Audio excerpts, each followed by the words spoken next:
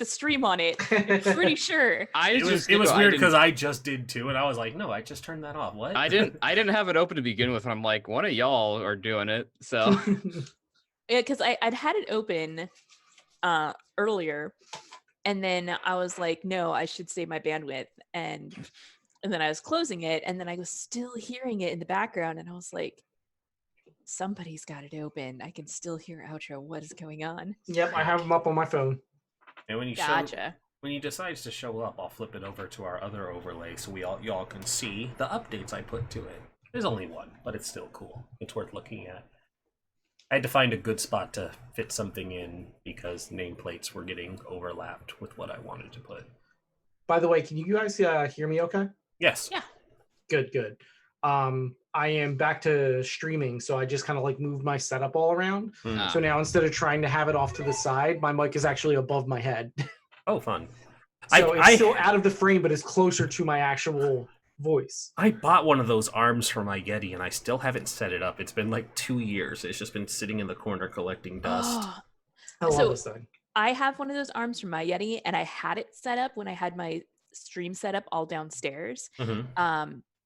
But then when I moved my desk upstairs and changed the desk I was using, there's no longer a good place to mount it. Yeah, and that's kind of how I am too. And like the way my desk is set up, my keyboard has like a little shelf underneath the main desktop part, and so there's so much space on there. It's like I'll just leave it on the top of the desk. It's fine, right where it is. Hey, outro, welcome. Hey, hi, hello. He's made it. Hey, I'm here. I need to pee really bad though, so I'm going to do that before we get started. Did you go live? Because I threw a raid over. Okay. Well, then I'll be right back. You guys enjoy your pre-game banter without me. Oh, why are the cameras not working? This one. Hold on. I was gonna say I'm not in my frame. Oh no. No, the cameras are definitely right in the right spot. What's going on here? I didn't have to change any of my That's settings. why. Coming over here from streaming tonight, which was amazing. That's good. good. It was a pain last time. For some reason, they were invisible, and I don't remember setting it that way. But now they're good. I think we're in the wrong spot, though. We are. Oh, because you got in early. Hold on, I can fix that. You got in before. Saint's usually the first one here, which is why he's the first camera. I see. Be right back. I'm excited about our little chibi characters that Kelsa made too. They look so good. All right. So. Are those up there? Yeah. They're on the side next to the map. My gosh, I love them. We don't have one for you, but yeah, I put them on the side. It's because I'm the GM. Because it just needs to be like tentacles rising from the darkness. I was gonna be you want that tentacle asset that I was using to chase you with? Do you want tentacles? Because that's how you get tentacles. That's how you get tentacles. All right, that's fixed. That was an easy fix. I just shuffled people around. I'm glad that you like those little chibi characters. They were fun to make. Yeah, it looks so good. I love my extra outfit, by the way. I was worried if it was extra enough. No, it was very good. I'm excited that we're teal too. It's a good color. But like that part where you're like with the 1 foot up on the rock, I was like, yeah. Very Captain Morgan. Yeah, I was just gonna say, definitely go with the Captain Morgan. Yeah, I'm super happy with how they all turned out. I 100% look better in those with the mask and sunglasses than without. I feel like it's a self-image thing for Flashbulb too, like that she sees herself wearing the mask and sunglasses in like her own mind, you know, and like seeing herself without them is kind of like, ooh. Well, I have seen, the thing is, we do have a picture of her without them as well, because it's my character picture on Roll20. But I think for those chibi ones, she looks better with the sunglasses and masks. It's a personal opinion, of course. Yeah, I like that one too. But yeah, I thank you, Recolor Me, for being an avatar creator that I could make those with. What's that? You posted in Twitch clips, not in going live. Which ones? On the mass squad. Oh, Probably not that's weird. Hang on, let's fix that. You can't fix me from having one monitor. Really? That's not where that goes. Yep. Thank you for catching that. You're welcome. I Glad, just noticed it. I was like glad nobody yelled at me for it. It was like, ooh, it's like I double checked and made sure everything else was right, and it ended up in the wrong one anyways. Going live, one down. That's probably why. There we go. There we go. Yeah. Oh, I should probably put that in places too, huh? I was just about to do the thing as well. I put it in a few places. I bet you did, Saint. I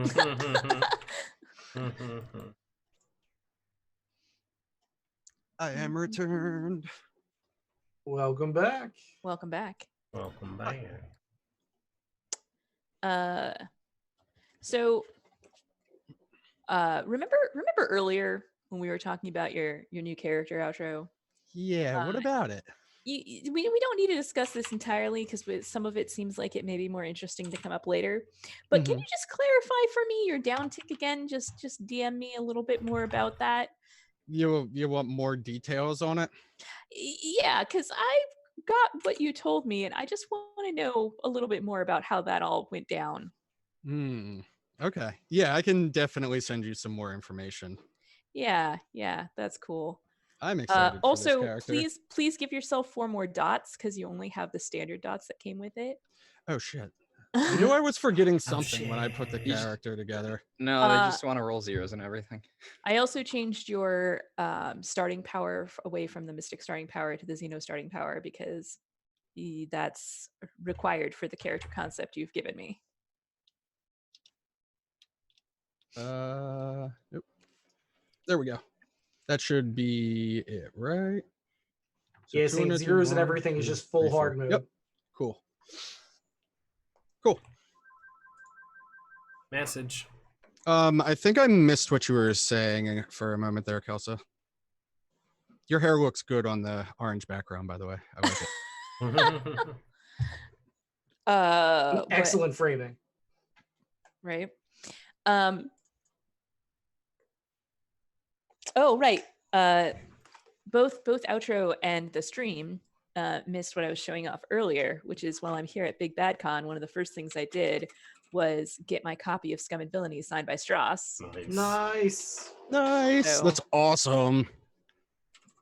Because of course I did. I would too if I had the opportunity. Right? Hey, Strauss. What's up, Strauss? Hi, hello. You don't know me? Write your name in my book. But Strauss does know her. Yeah. That's true. Yeah, he was in the middle of playing a game in the area, and he saw me and was like, "Kelsa," and I was like, "Strauss."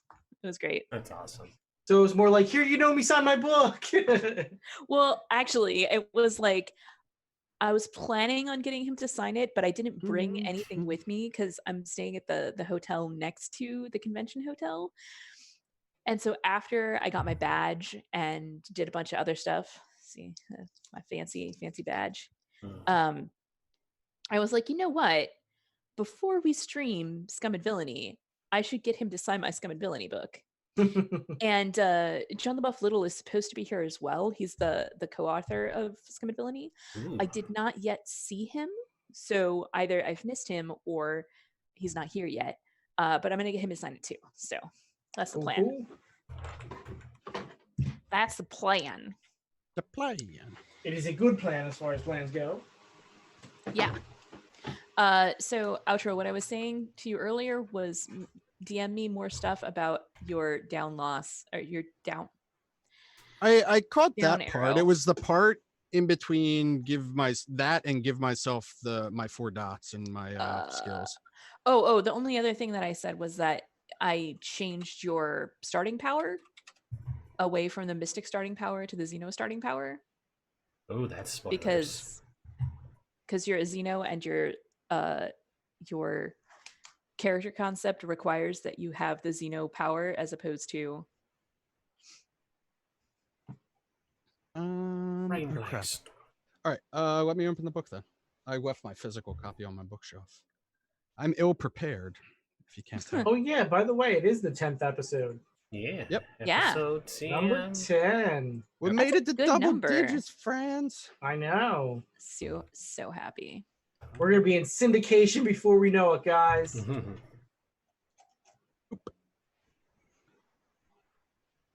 Okay. So wait, Xenos have different powers or different backgrounds or something? Okay, so your choices are either take the Mystic starting ability and just be a human or a normal humanoid Xeno that does not have any special powers for being a Xeno, or take the Xeno starting power, which says you get cool shit according to your alien race. Okay. What are you doing? And we talked about what your character is and how they got to where they are. And it's 100% required that you have the Xeno power instead of the Mystic starting power. Okay. Yep. All right, that's fine. Ren really wants those new emotes. Yeah, and like I'm trying to edit the number because it doesn't account for fall off. But instead it just full screened in front of everybody. Sorry about that. Whip whoop. It's like this is like the one uneditable feature on here, which is kind of annoying because it's like, yeah, close it and start it over. Oh, you're talking about the tracker thing? Yeah, it's a pain. You can't just change the number either. So like that's what I mean. You get a sub offline, it just miscalculates it. I'm just like, yeah, it doesn't account for fall off, which is the worst. Like I wish it would just be an accurate number. No, right, that's also wrong, brain. Why would you do that? There we go. There we go. No, that's still wrong. I'm not seeing what you're having trouble with, so. All of it. Basically all of it. Just between the start and the finish is what we're having trouble. Between the start and finish, yeah, that sounds right.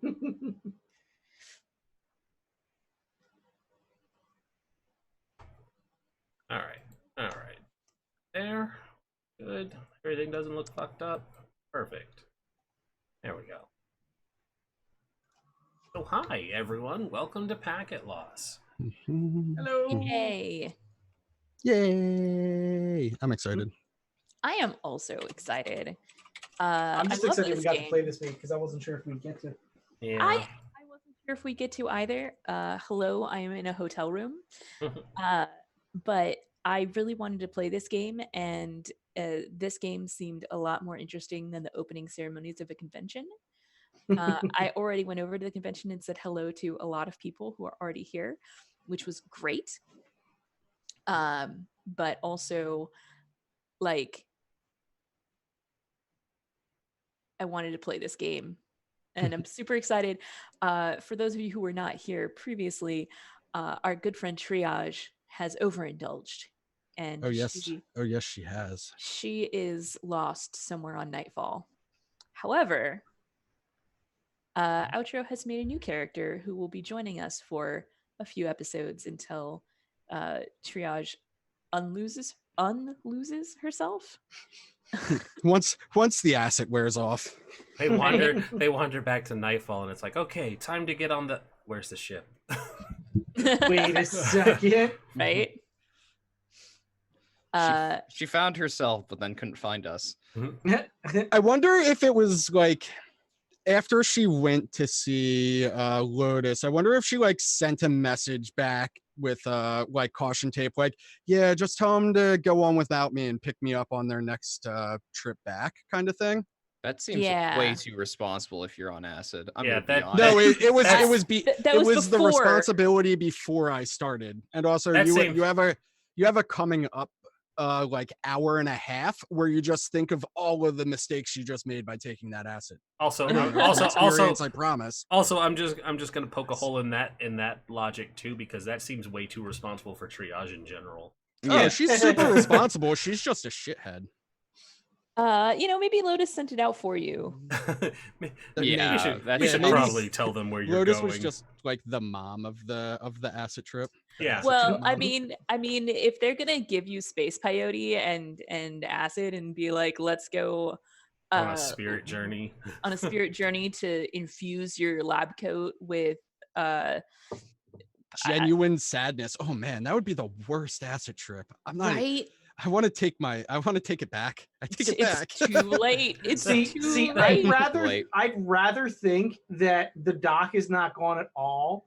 She's just on peyote, and she's like, "I'm in the spirit world, asshole. They can't see me." It's just a padded room for her to trip out in peace. Nah, she's not on the ship. She's walking around the ship like doesn't even know we're there.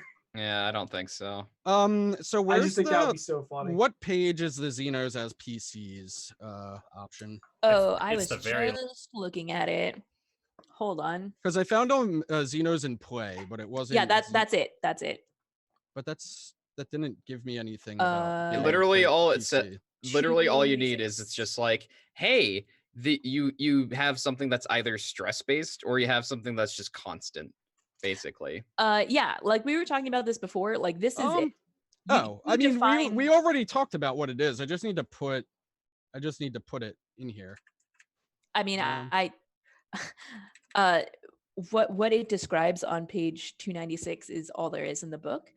Everything that we discussed in our chat previously about what may or may not cost you 0, 1, or 2 stress, you can either just refer to those notes or copy paste it if you want to, but basically at any point when you're like, because I'm the kind of Xeno that I am, I should be able to do X, and if we haven't discussed it before, then I'll either say no, which is unlikely, especially given me, or I will say absolutely, this is going to cost you 0, 1, or 2 stress.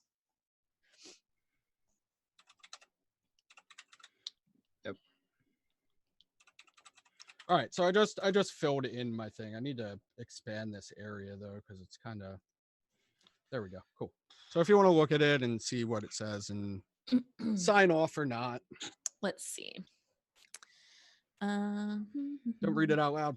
We still secret here. I know. Well, I mean, technically anyone can look at this character sheet, but yeah, I don't think anyone did except maybe Saint. We all know he just wrote, "I can do whatever I want." I was just curious what playbook you were playing. So yeah, I looked at it in the very early stages and I was like, oh, cool. I'm not gonna look at the rest of it. Yeah, so when so you all have received a notice that triage is going to be busy for the next few weeks. Whether it came from triage directly or if it came from her good friend Lotus, the fashion designer, it doesn't really matter. What matters is that it had her call sign at the end of it, like her little emoji. It's a flower or something. But yeah, you definitely know that it is from her. She says she's fine, but she's not going to be with you guys for a little while. You've all successfully done your downtime actions and returned to the ship. And I'll wait for Rhys to sit down before I continue. Rhys, come back. He tricked us. He tricked everyone. I'm here. You can keep talking. I wasn't sure you could hear me. Yeah, I can hear. I'm just kind of like between spots in my room. That's fine. That's Enter fine. our new cast member, Rindus's torso. Yeah. Torso Rin. Torso Rin. So, you all return to the ship, and when you don't really have like necessarily a destination in mind. Perhaps you're all like gathered in the galley, discussing what your next move might be, without triage, when something enters the room. Something got in. Kill it. So, Outro, what does...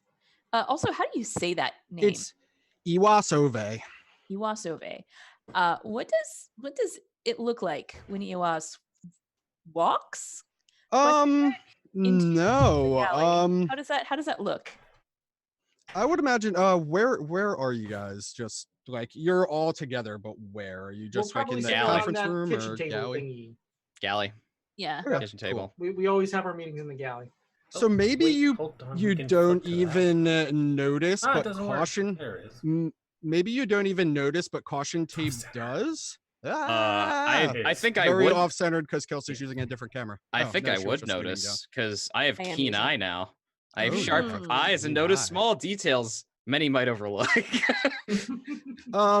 Well, what happens is you see a slightly iridescent. I wouldn't say it's like glitter, but it's like I don't know, skin.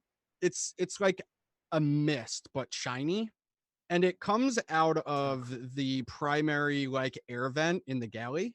Oh. And it does it very slowly. That's why I said exudes. Like it doesn't just like, that's why I said it would be like not super noticeable because it'd be like diffusing by particle.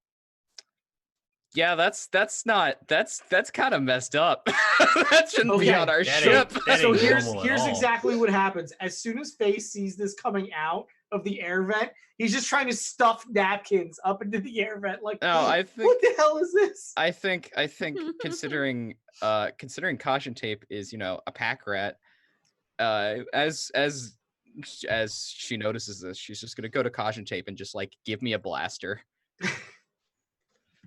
I mean, you would, but it has no discernible shape. It's literally like particles.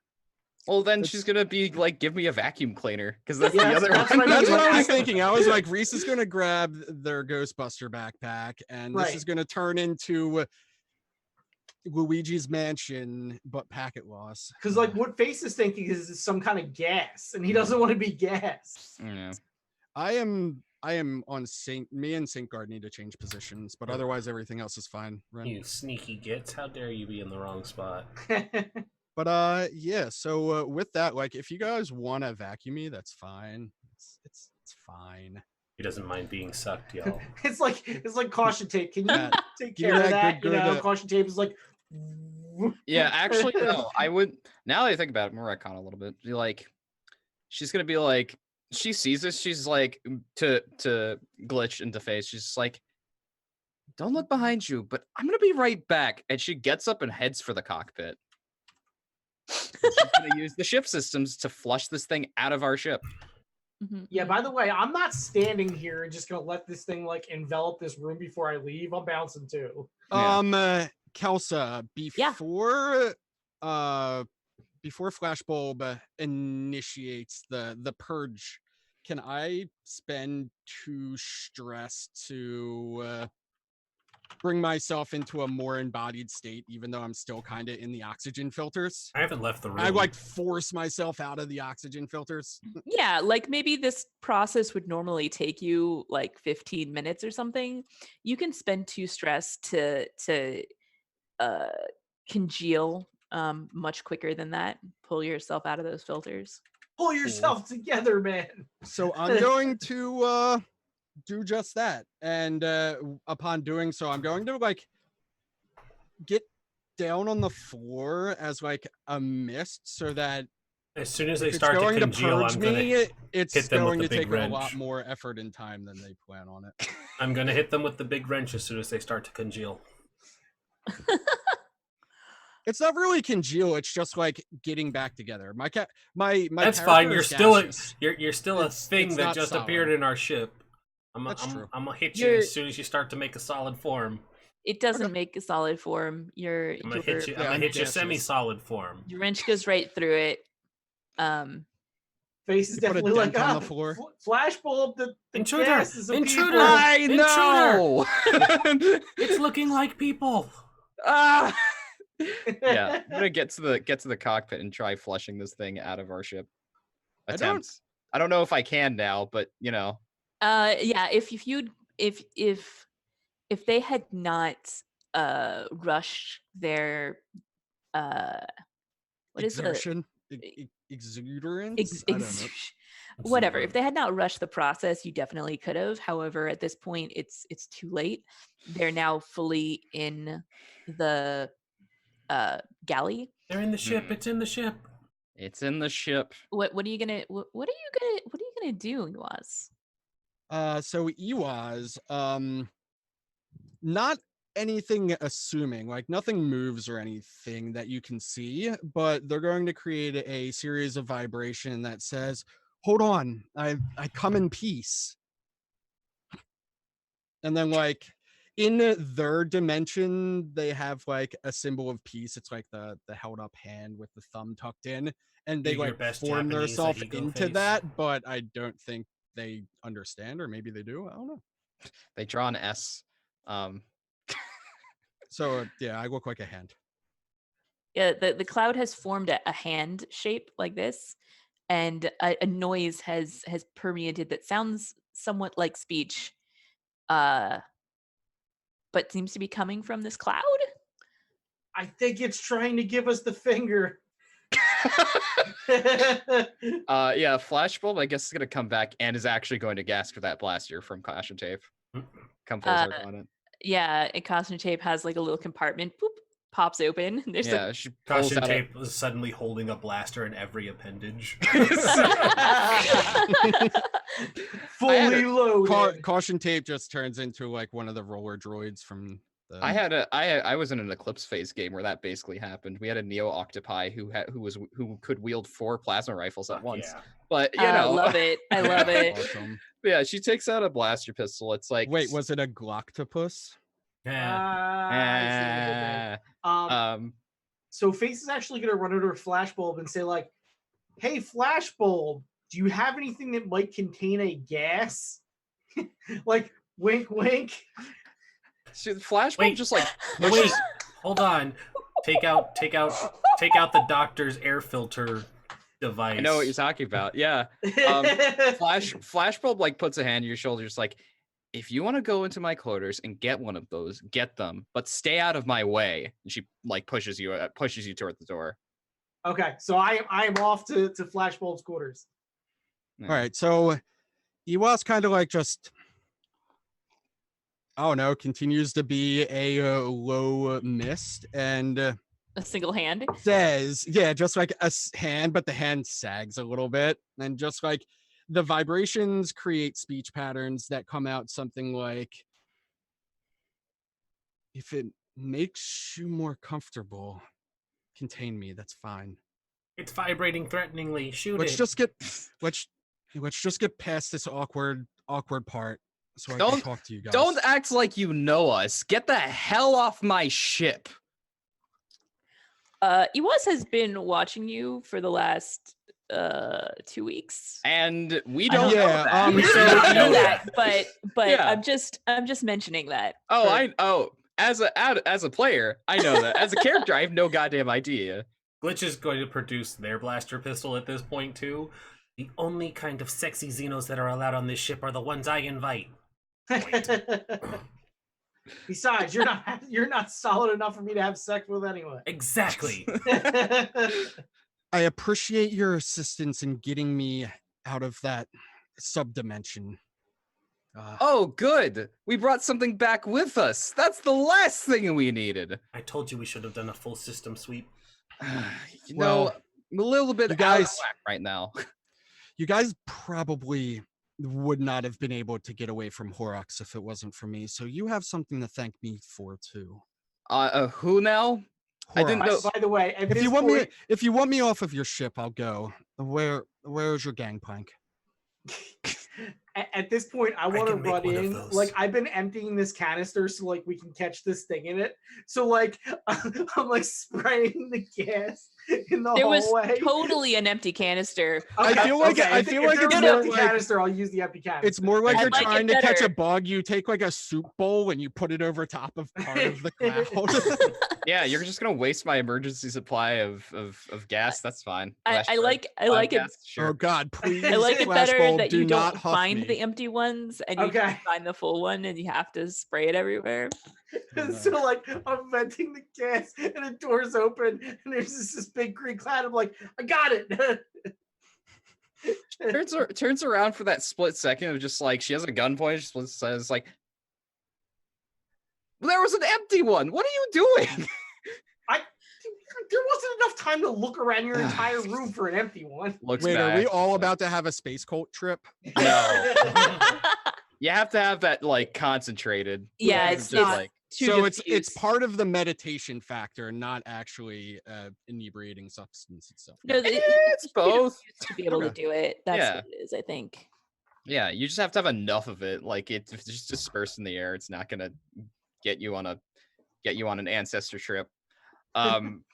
There's enough in the air for one person to go on an ancestor trip, but you're all breathing it in so that no one's going to go on a trip.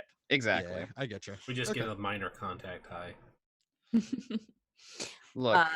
Yeah. So is anybody going to show me the door, or do you have any questions after the crazy revelation I just dropped on you guys? Flashbulb's thing. I'm trying to catch you in the thing. Yeah. I'm also just very eyes narrow. It's like, no, pretty sure I threw a spaceship at it and Flashbulb did some sweet maneuvers.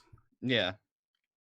You know, it took me 2.5 weeks for me to push myself out of your oxygen diffuser. That's why you want to just put me back in a tube, but I would rather just leave if you would be so kind. Okay, well, it's like the door's that way. Go. Is that why everything tasted like limes?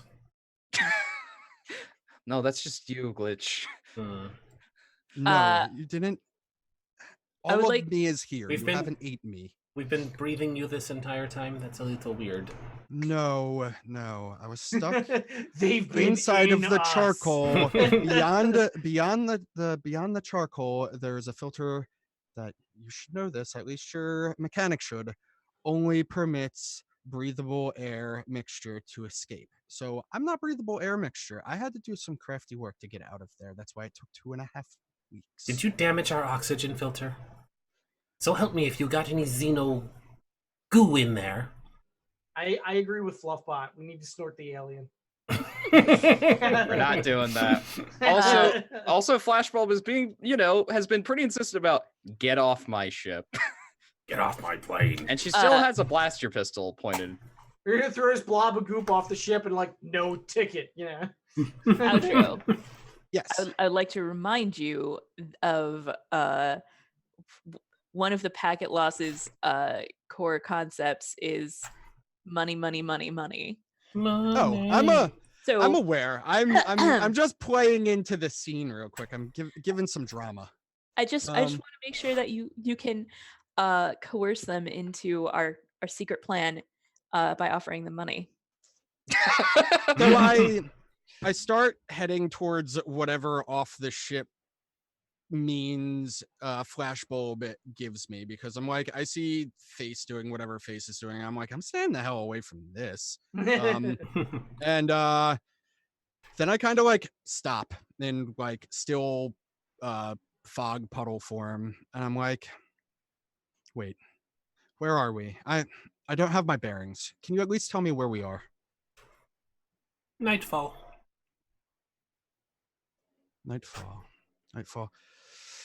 Can you be a little more broad? I don't need to know. Where is this in relation to? And I do a little bit of thinking, and I'm like, how do I phrase this? You're on the Procyon sector. But when I say how do I put this? How do I put this? There you go. Thank you. I was trying to go back to the map, and I was like, where is it? I get you. So Procyon definitely is familiar. Yes. So good. Wow. I managed to come out here. Okay. Where in the Procyon sector? I understand that it's a vast place. So you said Nightfall. I've heard the name, but I have no idea. What system? Wreck. Why are we telling you this? Also, you're supposed to be getting the hell off my ship. Wait, just give me a second. I'm still sucking it up into this thing. That's so. All right, since I've already gone, just hear me out for a minute. I'm standing in the doorway. I'm prepared to go. Like, it's fine. It's just listen to me. I have a means to make you very, very wealthy, but you have to get me to Rin. I don't want to have this conversation with another group of imbeciles like you. Because you are you doing guys yourself simply so many favors. want it. You're the one who hitched a ride on our ship. And I appreciate it. But you guys got out of the subdimension, did you not? You think it was by your doing? You really haven't explained how you did any of it. Can I do some like telekinetic way shit to prove that I'm like magic as fuck?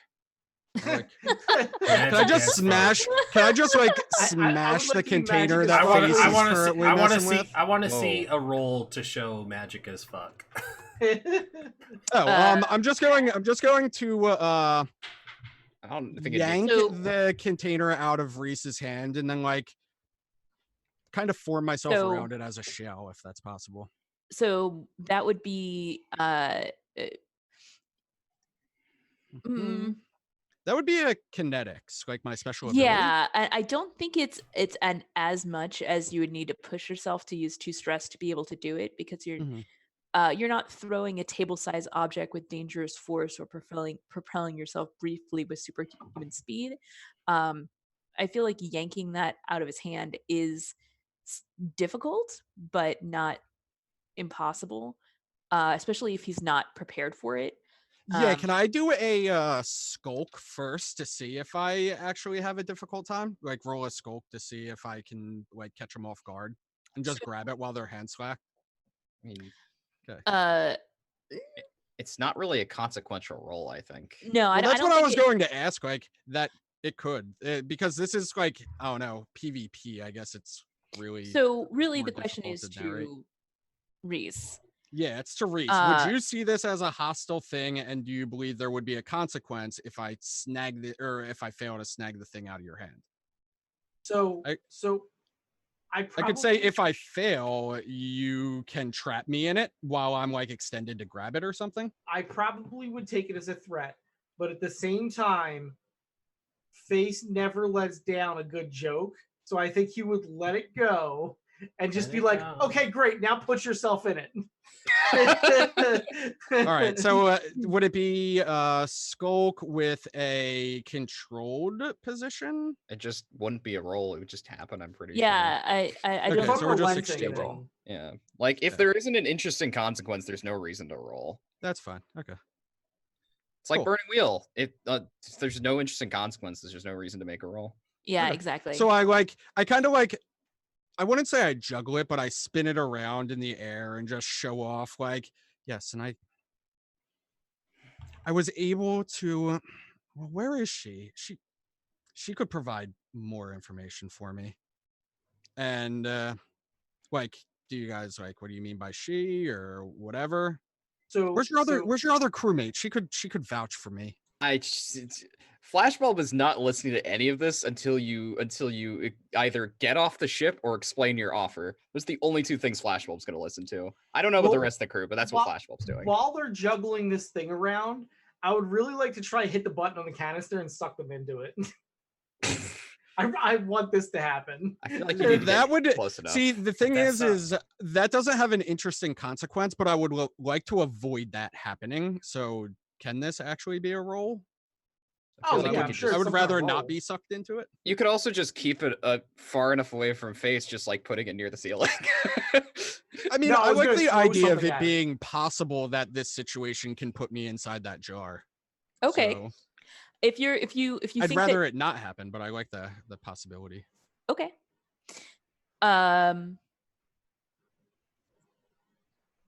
Would it be a Rhys roll or a me roll? Would it be like a me scramble or a Rhys scrap or something? Oh no. I feel like it would be Rhys. I think because I'm doing the action. I could say that, but I also could say like he could press the button no matter what. Like I'm not making it that difficult. Maybe it's me doing it because I need to scramble out of the way to not get sucked into it. That's more of a resistance roll than a action roll. Okay. Yeah, basically, right.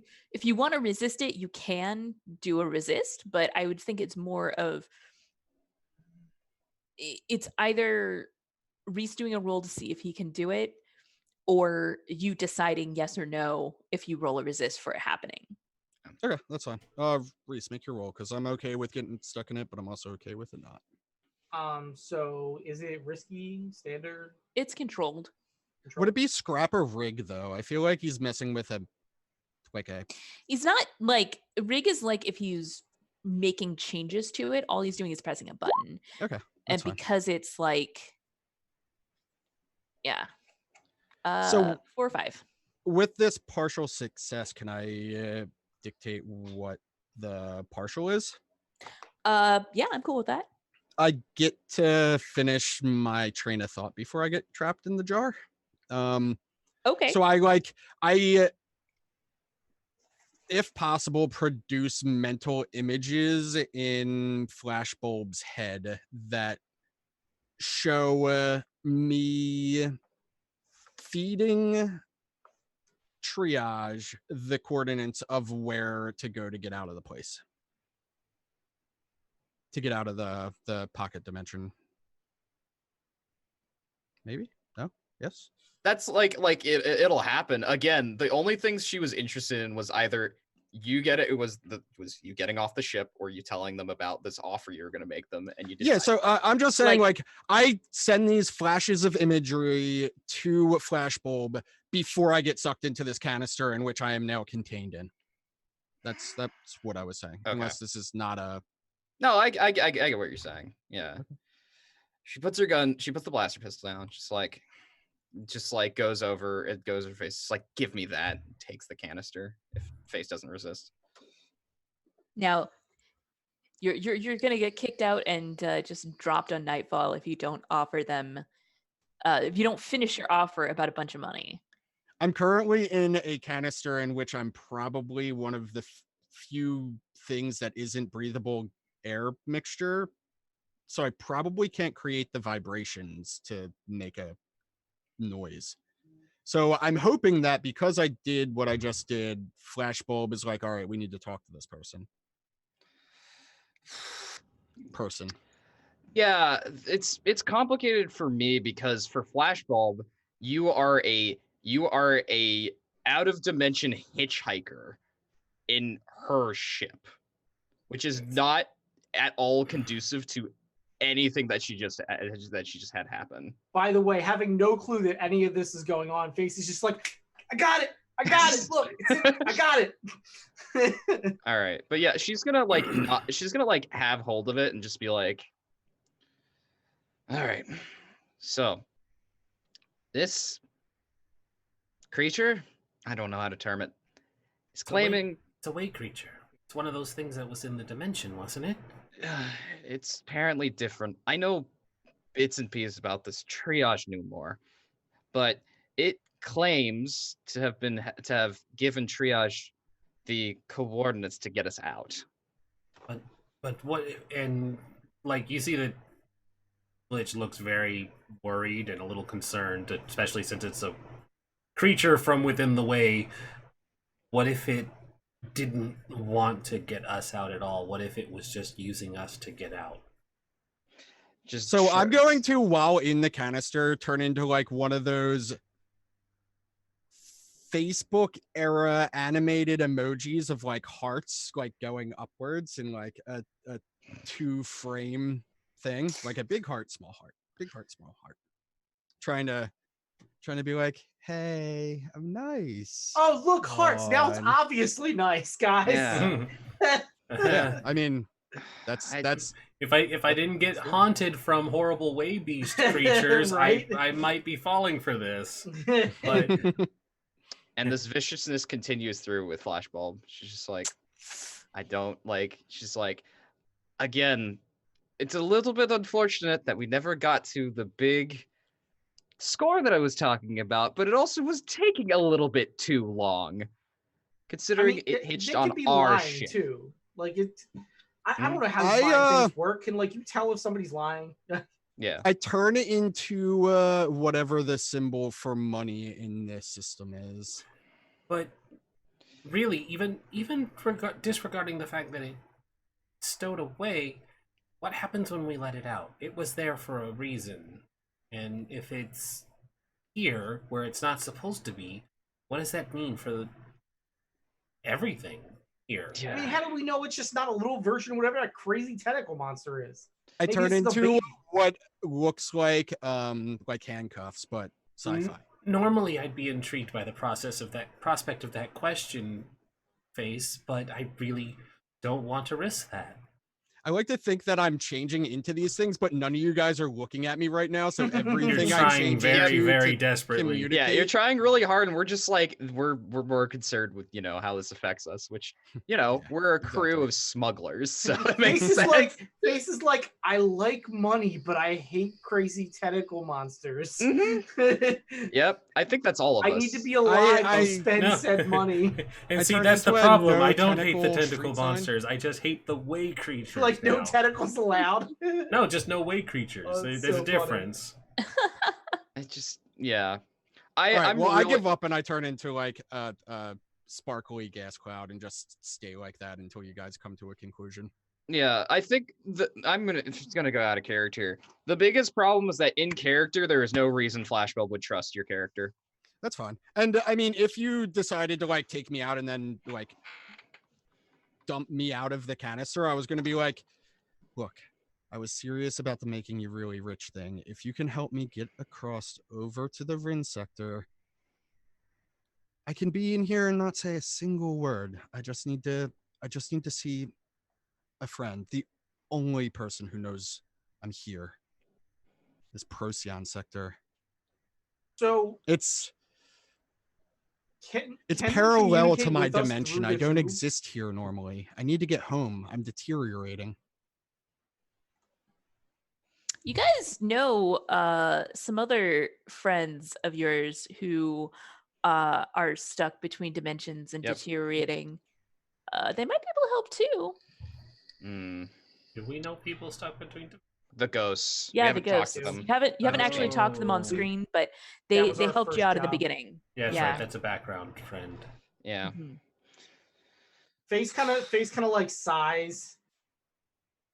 Do I know if this thing can hurt us if it's in this tube? No, you don't know that. We know next to nothing about it. I have one pip in them. Excuse me. Like way stuff now. I have one pip in a tune. Can I roll to see if that's possible? Yeah, you can roll to see if that's possible. Also, if we ever make it to this point in character, their pronouns is it. I don't know shit. What you do know, though, Face, is that it has not been lying to you at any point. That is true. I do know that. That is very true. Okay, for everybody watching, that was a 1 that Face rolled, by the way. Oh yeah, I should take the window. Yes, let's flip this back. Let's flip this back over since we're not in the crew room anymore. So I say, look, I know the blob is not lying, but certain beings are very good at not exactly telling the full truth. So it can definitely make us a lot of money, and maybe we can keep it in this thing. Yeah, just puts a hand to be safe. And Flashbulb puts a finger up. How much? So for me to have told you that, I would have had to be out of the container. Yeah, this is true. This is a hypothetical situation. Yeah, it started as a hypothetical that I went into role playing it. So. Well, no, I feel like this is like you guys went to go like pour it out on the outside of the ship, just on the dock in Nightfall, and then that's when this is all happening. Also, yeah, I was like half. Or if you want me to stay in the damn thing, I was half exuded, vibrated these things to you guys. You guys sucked me back in, had your conversation to the side, and then brought me back. Also, if you want to just move to the next part. Of course, if we don't have that conversation, it's just gonna be you kicked off the ship, and that's gonna defeat the purpose of having a new character. Well, what I was gonna say is I didn't even think about the fact that I can tell if this thing is lying to us, right? I could totally just scoot myself back into your oxygen diffusers too, and then by the time you travel to your next mission, Kelsa knows what my mission is. So I'm just here. It's fine. Yeah. So we're definitely not going to get like a way exorcists or something on our ship to take you out. I am not letting this thing out of here, but I actually look at Glitch. I'm like, Glitch, is there any way you can rig this in such a way where it can vent enough air for this thing to communicate with us but not get out? Oh, so like absolutely.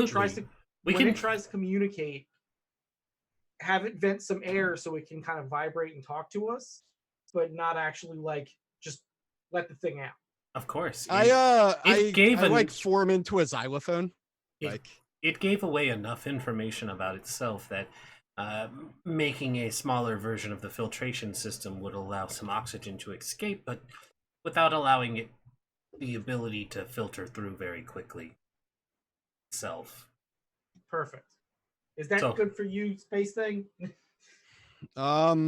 Its compliance is not a factor. It's the sigh emoji of this time, like just the downward face with like a little sigh bubble coming out of the side of the mouth.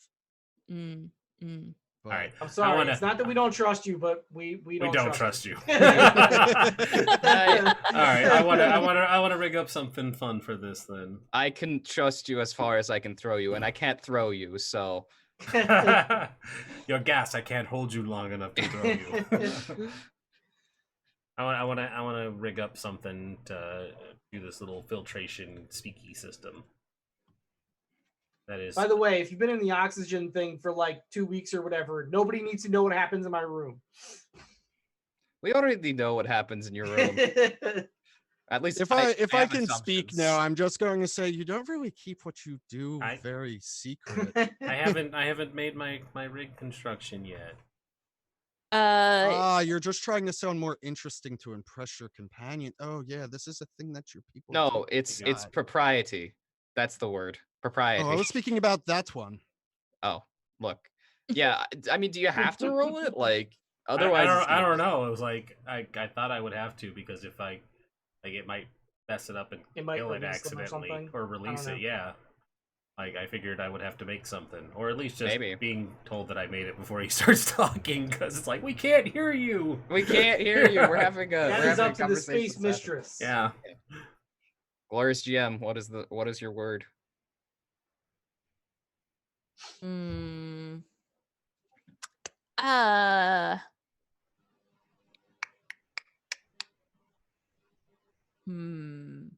don't know. Like, I just want the chance to roll a critical so I can do some sweet upgrades to this canister. I like that. All right, let's do it. I want there to be a chance that you can roll a critical and do some sweet upgrades. Okay. Fuck yeah. Shit, let me go ahead and download an auto-tune application real quick. Sure. No. All right. The canister now has like underglow and spinning rings. I was just gonna put in one of the like little like tornado in a bottle things so that if it says anything we don't like, we just swirl it up. Oh, that would be torture. Yeah, isn't it great? What kind of role are we doing thinking here? This imprisonment thing. Rig, I assume. Yeah, rig, but position and such. I mean, it's controlled. Standard effect. If you roll, it's standard effect. If you roll a 1, you might break it and just, release the cloud right now. But actually, since it's controlled, like you can see that you would break it and you'd have to roll a second time as risky where you could possibly break it. Yeah. Actually, let's make it risky to start because I feel like you could just fuck up here. Yeah, absolutely. And just break it. Yeah. Standard. Oh wait, sorry. Was there anything changed on the secondary tab? No. Okay. So it's just standard, no bonus die. 3, 4, there you 5. go. I mean, yeah, you're able to do it, but you've damaged the integrity of this thing. If it tried really, really hard, it could break out. Okay. But it doesn't need to know that. It doesn't need to know that. It doesn't need to know that. You could resist that if you like, but I would absolutely love to resist it. give him no chance to get out. Okay. Is that just a fortune roll? I'll remember this insight, eventually. Right? It'd be an insight resistance. There's like a little crack on there, and Glitch just slaps some duct tape on there, like there it is. Ooh, 6. Nice. Damn it. Them Rindis flex moves. Yeah. Gonna keep outro in a jar. No way out. We have no reason to trust you. Yeah. Literally, you are a client. That is as far as we're trusting you. And how much do we trust clients? Almost never. Almost never. If they pay up front, you slightly get a little more leeway. Yeah. By the way, Obviously, also, I have tons of money on my it, person. Exactly. I was just gonna say, now that we can communicate with it, I'm like, so how much money are we talking about here? Well, out of character. Hey, Space Mistress, how much money do I have to work with? You just synthesize platinum. I feel like you don't have any money on your person, but I don't have any on my person. No doubt about me not having anything. It's not hidden in their goo pockets. All of my money is currently in Lax's possession, but I haven't even brought Lax up to them yet. So. I mean, you briefly did, but not really. I brought up Horrocks. I mean, you didn't name them, but you did bring them up briefly. When you mentioned the only person who knows you're here. Fair. So I would say that. So it's a 2-stop. It would be 2 stops at the very least, I figure, because I'd have to see Lax, and then we have to go to a certain So I think, I think you can tell them. I think you've gleaned enough about them to know that what they care about is money, and I think that you know enough about the money of the system and what Lax has to say that you can, if you can get them to Lax, they will get 6 coin or credits. But if there's a second step, there's a second part that if they're willing to do that second part, they'd be looking at an additional 10 credits. Okay, so can we just like retcon me saying Rin and make it me saying Holt this time? Because I feel like Lax is at Holt, but the other objective is in Rin. So I just wanted to the other correct objective, myself. The other objective is in Holt. Oh, the other objective. Okay, you're right. Yeah. So, I mean, you would have known the details, so whatever order it needs to be in, Okay. Yeah, that's fine. I just wanted to make sure it's like lined up. But yes, the second objective is in Holt. Yeah. Cool. So yeah, I say, well, I believe you guys use these credit things. I can promise at least 6, but I may be able to go higher. I just everything that is anything to me here in this place exists in Rin. It's where Baftama, and it's not so much that she's having trouble pronouncing it. The vibration of like tuh is not like coming off of her frequency well, so it's more like it sounds like static instead of like mispronunciation. I like it. I need you to answer these questions in yes or no. Do you understand? Yes. Are you going to try to harm any member of this group? No, not unless in defense. Are you going to betray us at any point during the line during this mission? No. Didn't you just ask that question? I asked it in a very different way this time. Betraying somebody is not necessarily you harming them yourself. No, I know. I was explaining it to her.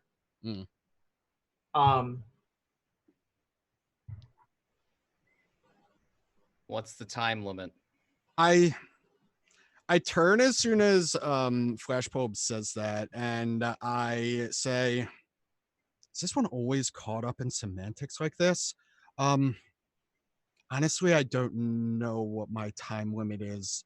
As I said, I'm here since we left that pocket dimension. I've been dispersing and not being able to recollect myself.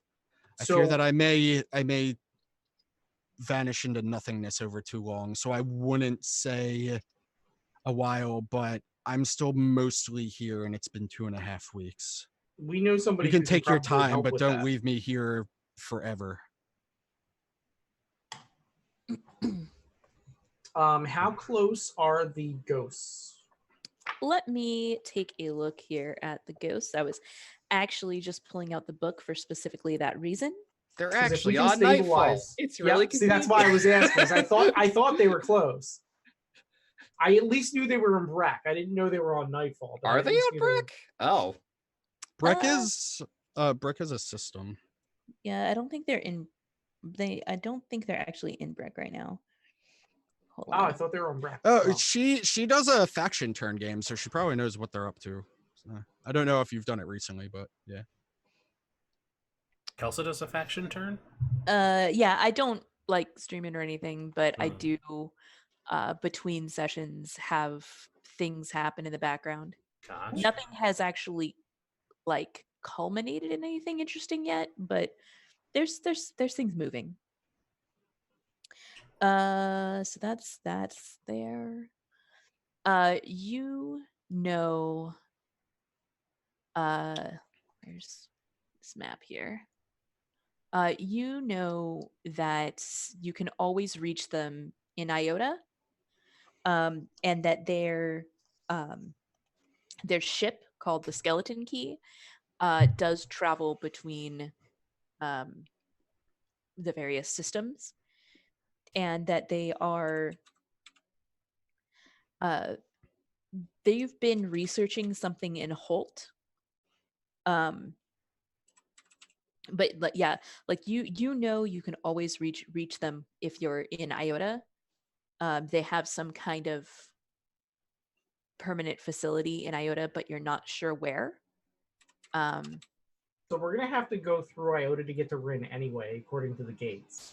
Yep. Correct. So I mean, we can probably hit them along the way and just get. If we can find them, yeah. Yeah. I mean, I feel. So are you guys having this conversation with me present? Because I haven't mentioned the ghosts or anything. This is an This is an This is something that I'm bringing up. This is something that I brought up to you. Oh, the ghosts. Okay, then there you go. It's just like, I think for Flashbulb, it's just like, we'll have to find them, but at the very least, they can give us more details on what this is. Because even though I know at this point that it doesn't want to harm us directly, and it does not currently intend to betray us, before we go off doing something dangerous for it, I'm still a bit concerned. It does like insulting us, but sure. And if it's paying us, and we have a loose time window, as it seems to be. Well, I mean, that's the other thing, is that if we end up finding the ghosts, then we can potentially up the time window, so we don't have to rush it. Yeah, because we saw what happened last time we tried to rush it. I mean, we did fine. That wasn't the issue. You saw that. What do you define as fine? Getting from Rin to Iota in a few days is fine. I mean, we got there fine. Yeah. But we didn't have a plan when we got there. It was within Breck that was the issue. Everything else was fine. And all of this is just a transportation job and not to a maximum security prison. So anyway, I think we should contact the ghosts when the hyperspace window opens, when we're in between gates, so we can send them a message through before we travel. Like you can send them. You can like send a telegram now. Yeah. And it will probably reach them before you reach the gate, unless you go through your dark lanes and go crazy. No, that's my hope, is that we can send it now. And by the time we get to the gate, when the gate's opening, they should be able to message us back through. Yeah, and that's fine. And we're gonna spend a bit more time getting through Breck because we have a lot of heat. And the last thing we need is more heat. That's the other thing, is that what is our heat looking everywhere at this point? Breck, I think we have like 5 or 6 heat. We have Breck, six heat in Breck, and everywhere else we're fine. It's literally just Breck. Okay. Literally just Breck. Yeah. Like we don't have any Watson we aren't going either. there, like, are we? We're leaving Breck. We're in Breck right now. Yeah. Gotcha. Like once we get out of Breck, I can lay low and kill the heat real quick, but need to get the heck out of here first. Yeah. Well, the big thing for us is like we haven't gotten a single wanted level this entire game. Like we have been very low on the heat scale. It's just us getting out of Breck might be a little bit dicey because it's high heat. It's funny that we have daring as a trait, but we haven't gotten to a warning level or a wanted level yet. We're just very good at what we do, and we're daring. Yes, we do roll really well when it counts. Speaking of, seems like it. Would we want to take the dark hyperspace lanes out of here just because that would avoid any direct issues? Dark hyperspace. I actually chime in here. I say I wouldn't do that if I were you. This is hard to explain, but the way creature is right. Horrocks is looking for you. You left him. So I don't know who that is, and I don't want to.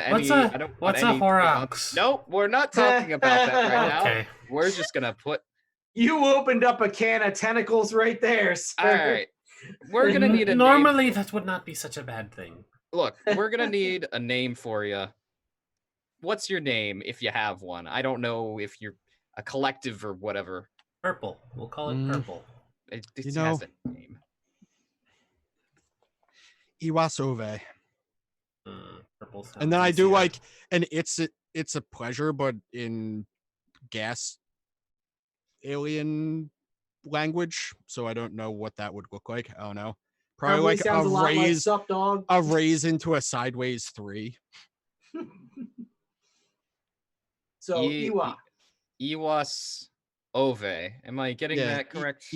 Iwas Ove. You could just call me Iwas. Okay.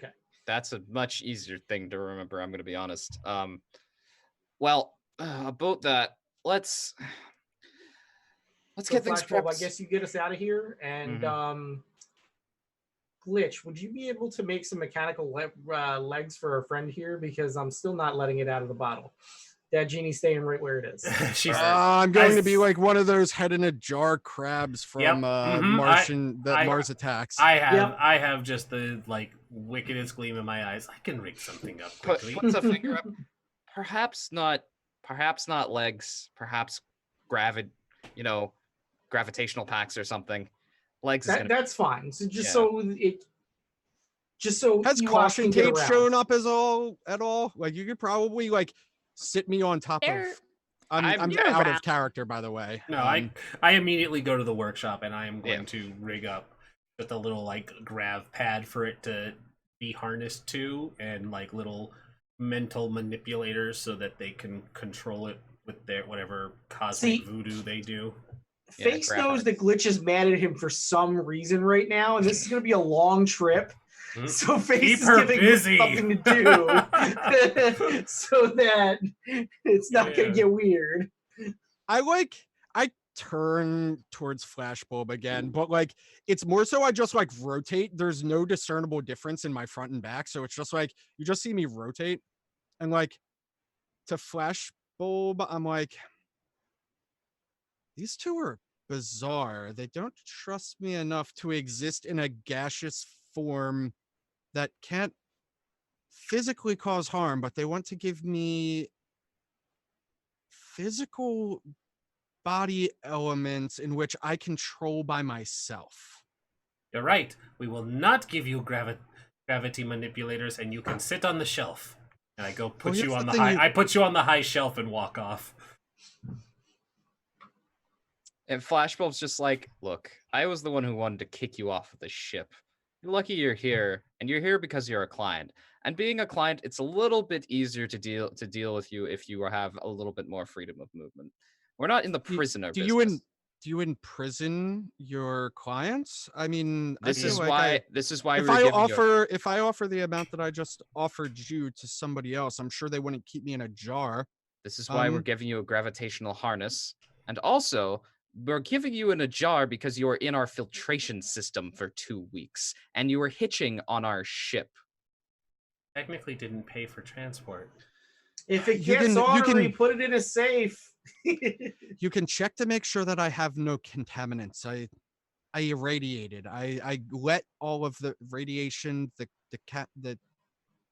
everything has been released. It never went into your filtration system. It's not still in my person. I'm not contaminated, if that's your worried. And if you're really, really going to imprison me as payback for getting you out of the reach of something that was obviously going to destroy you, whatever. Fine. I guess I'm still sitting on this shelf. Yeah, you're on the shelf. Just shitting on the shelf. Just shitting on the shelf. Yeah, it's just like not even how. Stop being a jerk. Just cool your jets for a couple hours, and you'll be a cool anti-gravity crab. You act like you did you act like you did this on your own. We are a team here. We do nothing on our own, and you don't get any special favors, especially because you're a client. Now be quiet. I'm going to the cockpit, and she walks out. This is episode 10, damn it. We earned being this much of a jerk. This is what happens. This is what happens when Flashbulb is vicious. She's just gonna be real about it. Just go. I really like this banter, by the way. It's fun to have the. I just dropped my light in the tripod. These are the thing is what Flashbulb is doing right now is what she wished she could do with a lot of other clients, but she knows she can't. So because this thing is at your mercy, slowly deteriorating, you're just like, I can do whatever I want. No, more that this thing has been on your literally been on your ship for multiple weeks and knows about you. So it's like, hey, I don't feel any like super big empathy towards this thing right now. That's fine. Or sympathy, at least. Empathy, maybe. It is a sentient creature, so. All right, well, I guess I go back to just sitting on the shelf. I'm going to cloud life form sulk. Maybe I turn red or something. I don't know. I am going to still rig up the gravity pad. Yeah. So how do you expect me to manipulate it? Because I don't think my my form actually creates energy the same way like a human form would. So like for that sounds like a cloud problem, not a glitch problem. It's gonna be funny. You're gonna be like, okay, and here's the neurosystem transmitter device, and I'm going to be like, what do I do with that? I don't create electricity. Boy, this would have been a fun thing to role play out later. I mean, yeah, you can rig up something. Yeah. I don't even think it really needs a roll, but I think it definitely has these same problems. We have an Iron Man montage of trying to figure out how to make shit work with the glass jar. I want AWAS to like hit the anti-grav thing. It's like boom, yeah. I picture the thing sprays them. I picture like the end result is just like it has like a little joystick. And then Iwaz manipulates that with telekinesis. Yeah, Nice. See, that's kind of what I was thinking the result would be if you like first you make something that has like nerve ending receptacles. So Receptors. You're like, wait, damn, cybernetics don't work on this thing. And then you create a little joystick that I just kind of like either move around with my fog body or like telekinesis. It's not a joystick. It's a it's you know those mice that have like the instead of the little brain hats. Oh no, not the they have the circular. They have the sphere. trackball? That one. Yep. Kelsa's got it. One of those. There you go. Yeah, it's one of those. It's the. See, it's I the was thinking sphere. you give me a It's the D-pad so I can only Trackball, work thank on you. a grid. You give me a D-pad so I can only walk on a grid. Trackball is the word I was looking for. You have to go on ASDW. Sorry. The rats. Remember, do I have a space to strafe jump. key at least? Oof. No sprint. Right. No sprint, no What do you jump. Yeah, so you guys need to make it over to Rin. Mm. It's a slow trek through Breck, through the standard shipping lanes. It's fine because What's it rhymes. what's with that face? What's with that face? Slow trek through Breck. Yeah, I also inwardly snickered. Like cringe, just a small cringe on that. Look, I like puns. You know I this. enjoyed it. I enjoyed that wordplay. All right. Unintentional as it may be. It was, but it's fine. Breck Trek 2019.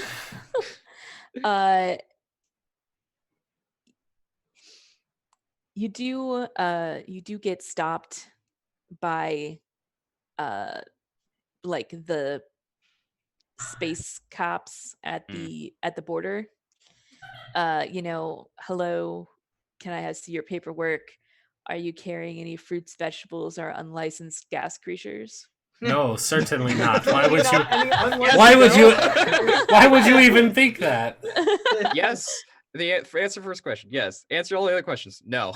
We're done. We're going. Before you leave, please ensure you don't have any pineapples, any wildlife, or any Rutabagas.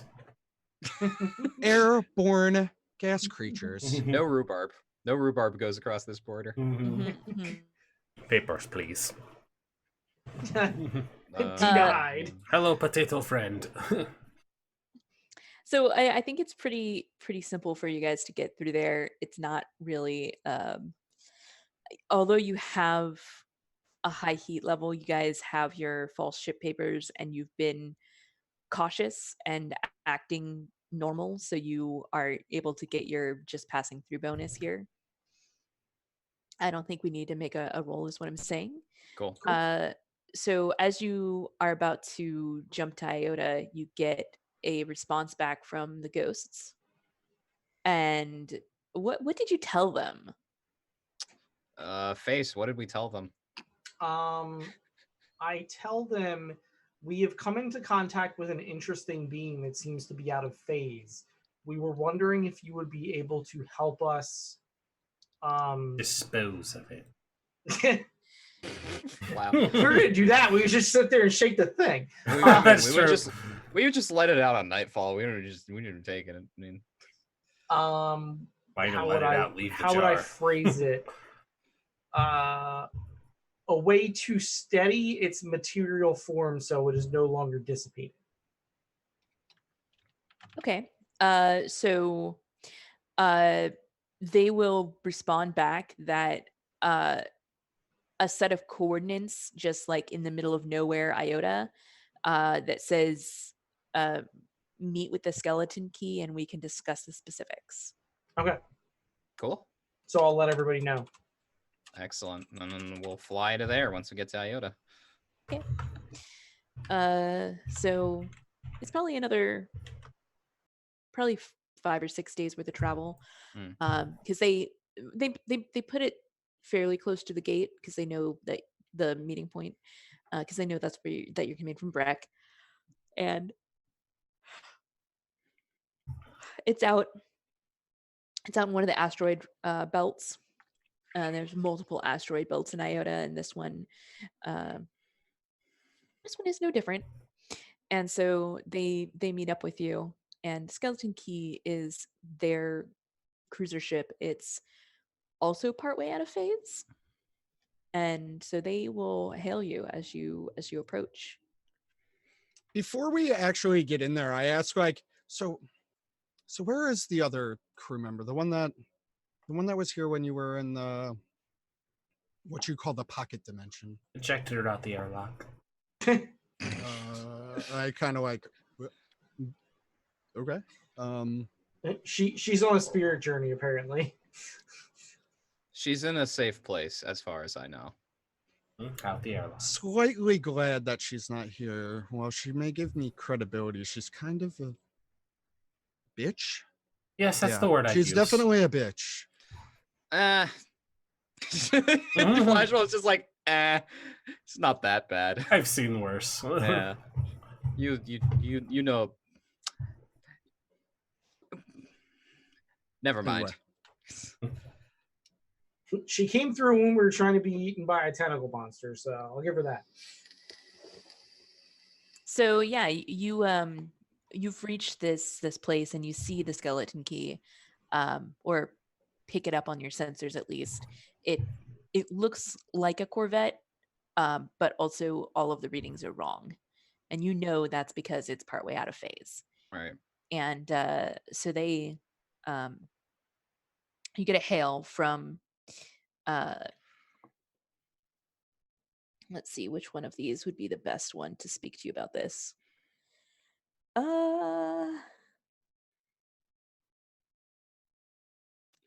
Yeah, it would be Egon. Have we met any of these ghosts we're about to talk to? Yes, I think you have. According to my notes here, they were the ones that got you one of our upgrades. Yeah, which one here? The fake transponder. Oh, okay, cool. So yeah, you helped them, they helped you, and you've met Egon before. You know that he's an engineer, and he is the one that has made their containment suits that allow them to operate in this dimension. Okay. And so yeah, he's like, so he'll hail you all and be like, permission to come aboard. I would love to meet this creature. Permission granted. I'll have the airlock open. And the like a small ship will come over, like a little shuttle. And it'll dock with your airlock. And every time I think about the ghosts, I'm always thinking about the Vorlon from Babylon 5. So but not really. But so there's like the other thing I picture is like from the episode of Doctor Who, Silence in the Library, where you've got the just the spacesuit with just like it's all blacked over. And anyway, so a spacesuit without a face comes onto the ship, and you recognize the voice that emanates from it as Egon. You also know. You know, it's sorry, not to interrupt that, but you know, it's also another good reference, the German gas man from Hellboy.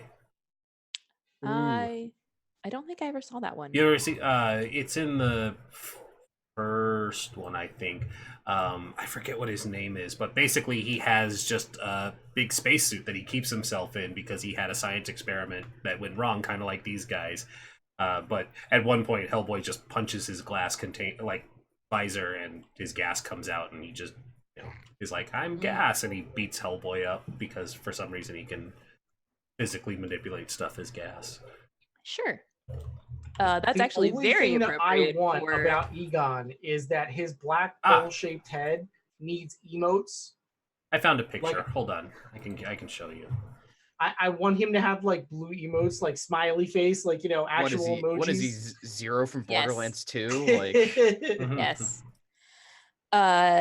So he's like, show me this creature, please. I point Awas out, and I'm like, this is Awas.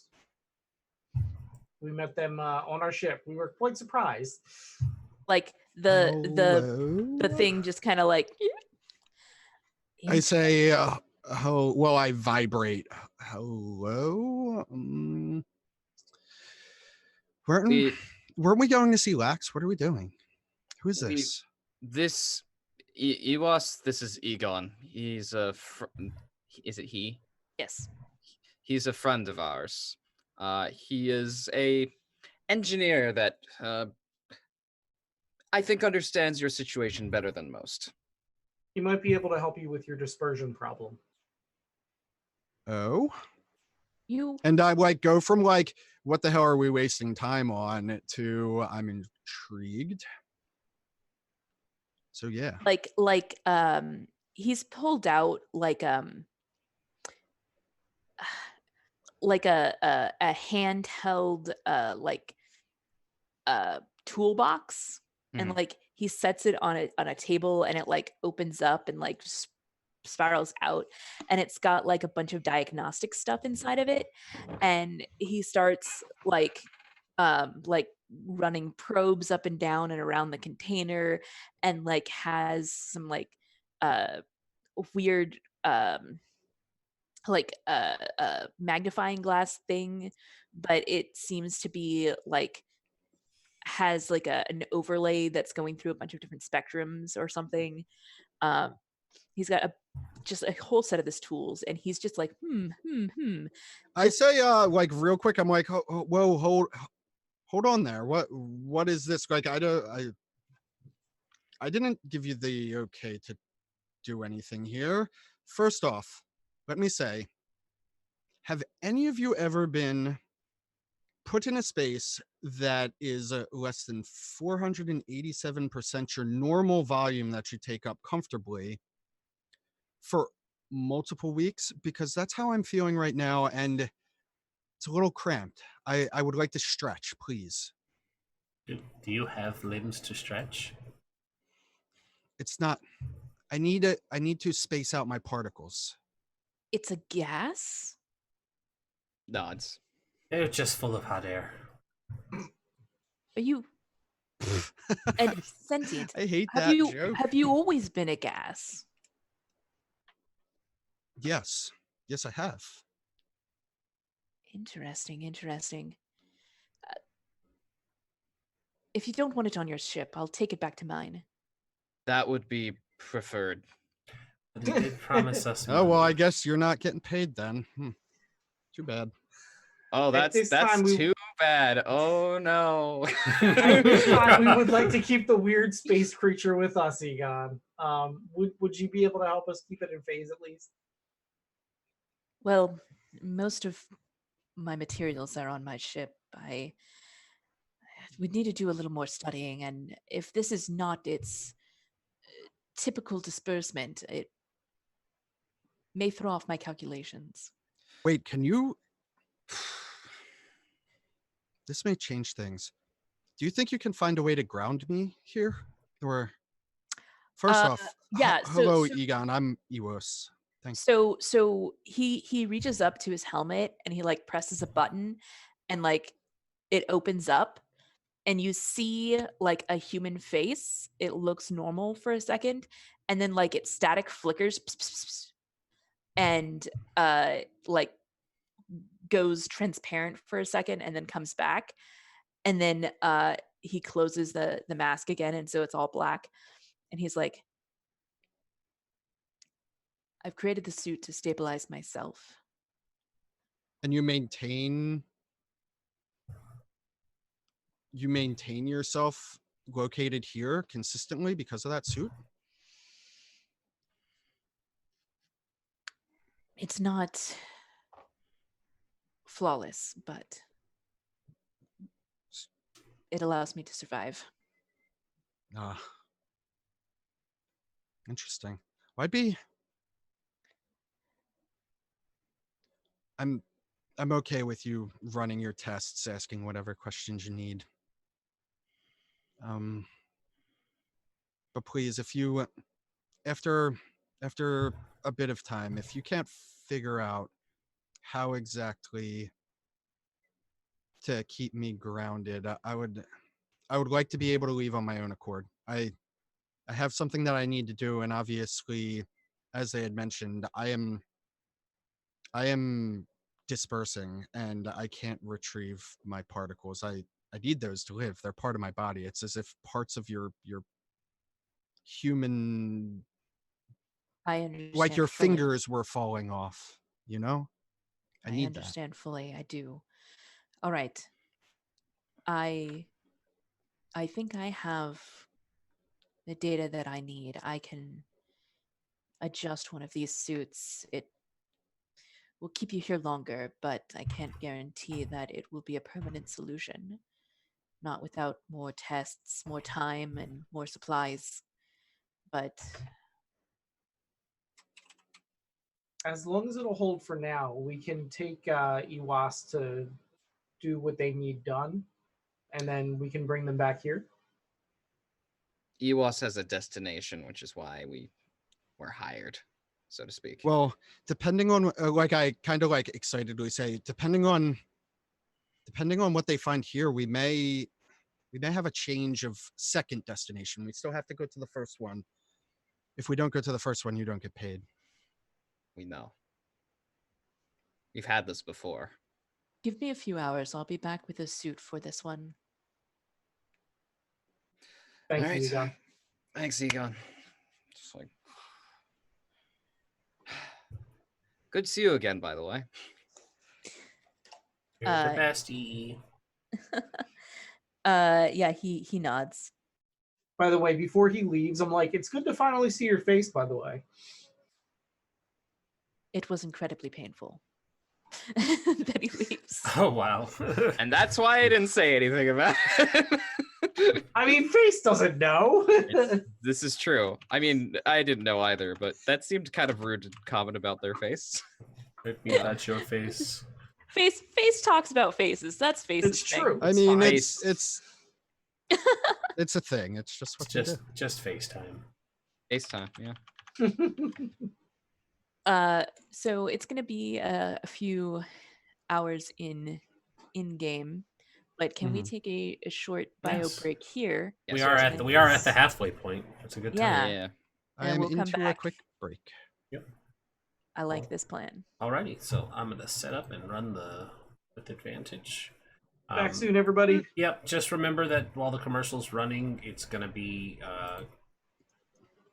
we're not muted. So I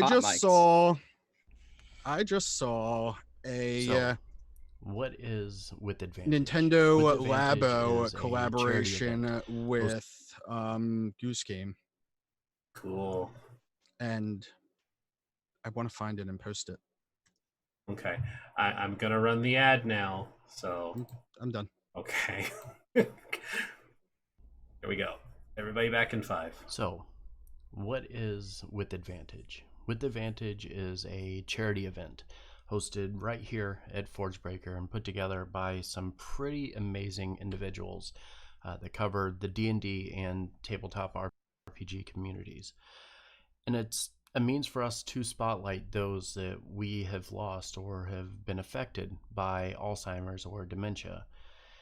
This event is also a way to bring the community together to raise awareness and, of course, money for Alzheimer's research through the Alzheimer's Association.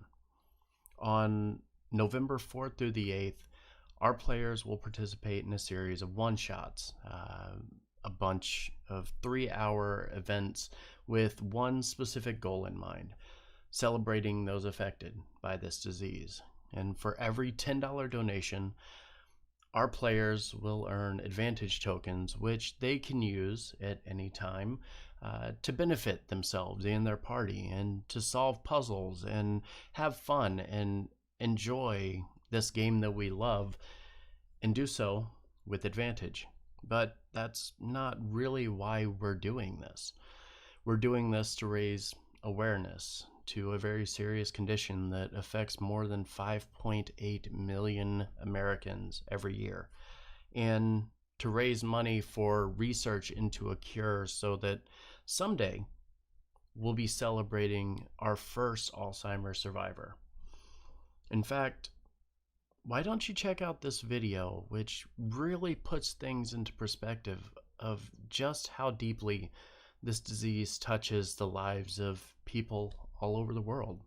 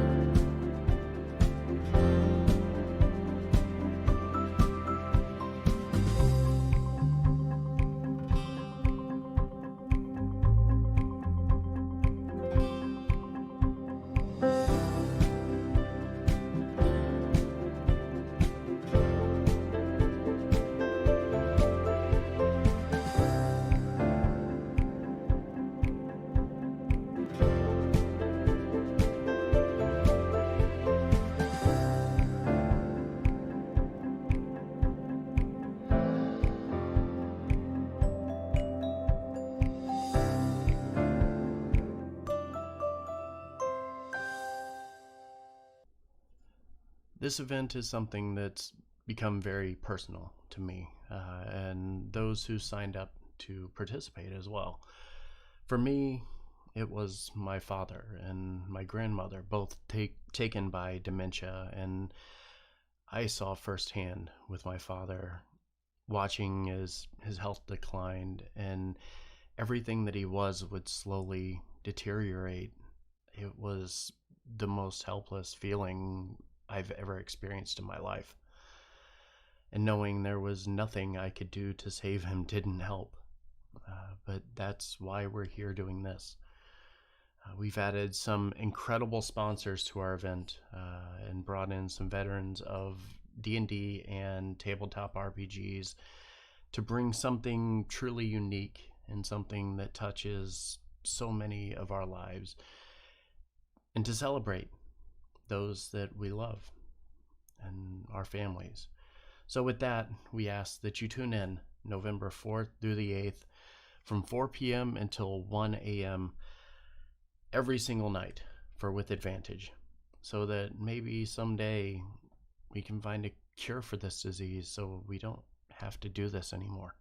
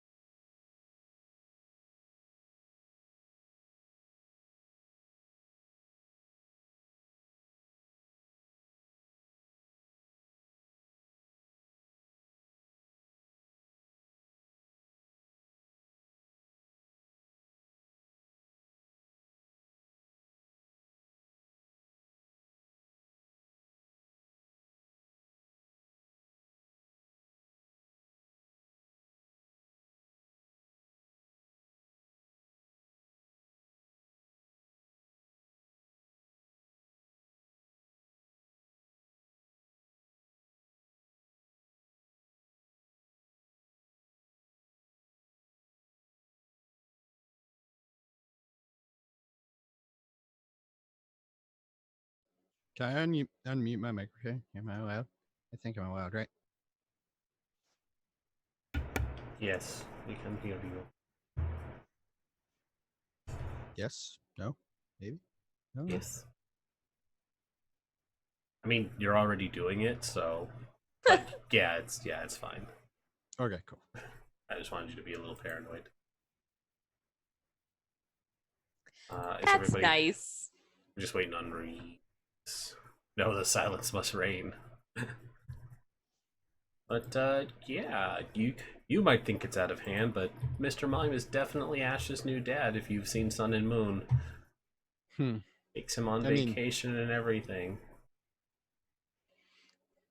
Like, hold on. The timing on that sip, Kelsa. Yeah, like, hey, Okay. you think it's a joke? Go to Goof Central in my my Discord. You'll see. You think it's a joke, but nobody gets that hand cozy. Oh goodness. This is out of control. He does things that Oak never could. Oh my. This is a mess.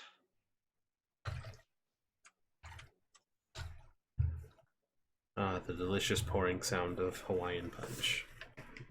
Hawaiian Punch has a unique pouring sound. Kelsa, did you want to do an Oh, she's gone. And she's gone. She couldn't handle all of that Delia mime action. Yep, and she's back. I just had to go blow my nose because I had to bleach my eyes because of what I saw. No, I didn't have tissue next to me, and I was like, anyway. That's the anyway. Kelsa, do you want to have an interrogation scene between Iwas and the ghost person who I forgot their name already? Egon and Iwas. I forget like people I like just saw 10 minutes ago and see every day's name, so it's not that weird. Yeah. I don't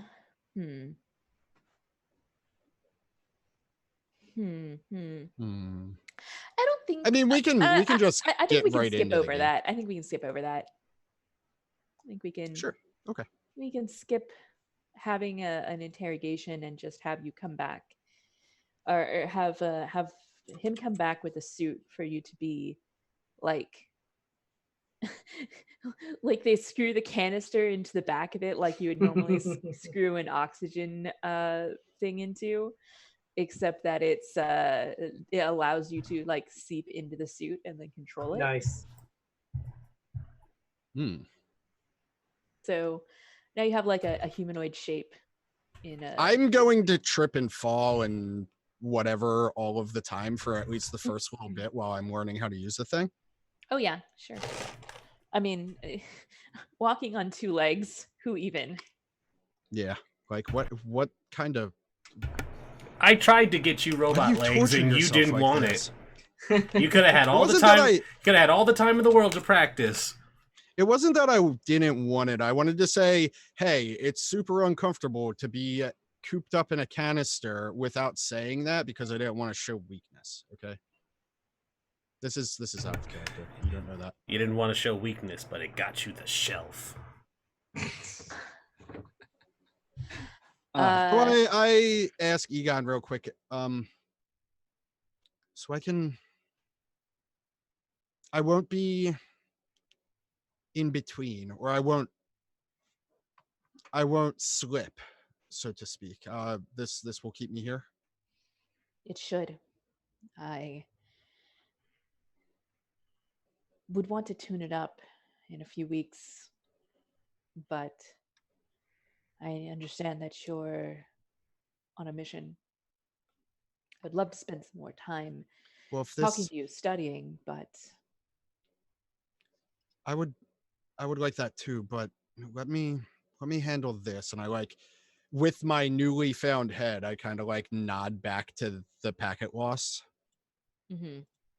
Also, I don't know if it's my computer or the stream, but it's been doing a lot of buffering. Are you like losing frames or anything, or internet's run? I'm sorry? The stream has been buffering like almost every 3 seconds on my side. I don't know if it's my side or whether it's you losing frames. It seems like I've been okay. Yeah, it looks like it's just okay. Me. We're fine. Cool. Yeah, let me situate this circumstance. I made a promise and I plan on keeping it. And I have to speak with Lax before I decide my next move. But if this suit works even half as well as you describe, I may be changing my overall plan entirely. We can talk more later. I think they want us to start heading out. Good. I would like that. I'd like that a lot. Where are you headed?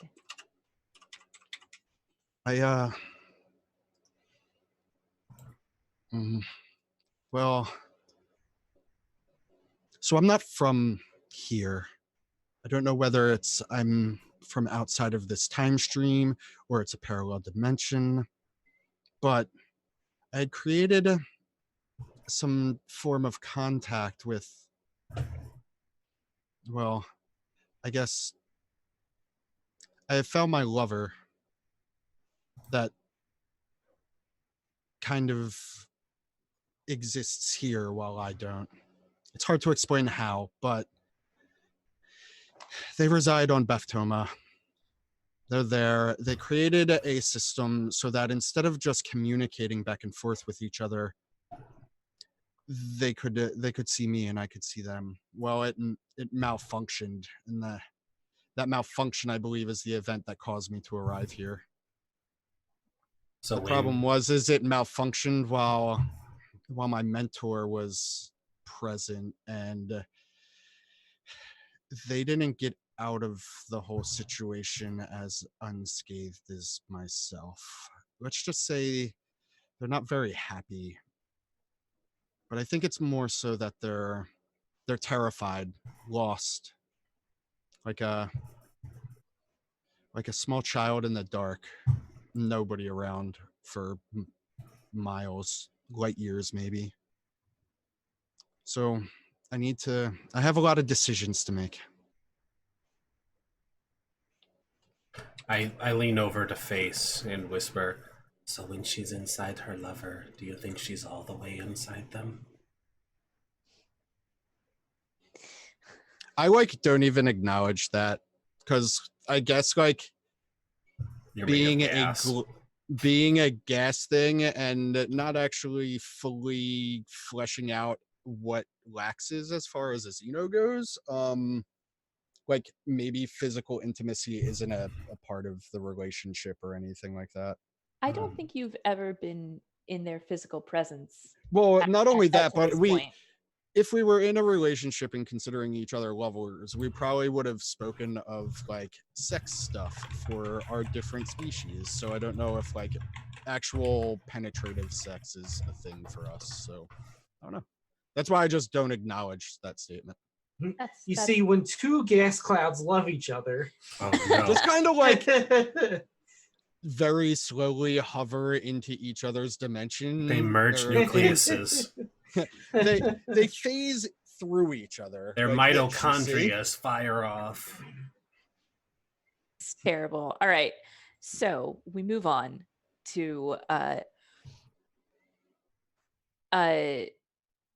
Egon says that he's going to do some research on the readings that he took, and will most likely try to catch up with you later. Okay.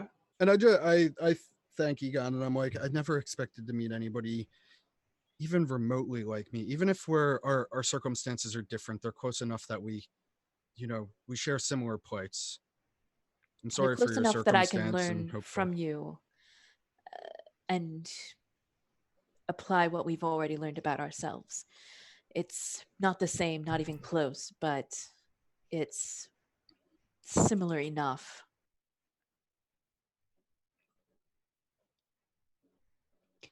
And he'll be on his way, and you can make your way across Iota, and so whatever it takes to get there, however much time, I'm learning motor skills like a baby learns how to walk. Mm-hmm. Stop knocking over everything in this ship. Yeah, right? I break the coffee pot. No. I will airlock you for that. You better avoid the coffee pot. I was going to say, that's the one thing that would piss caution tape off.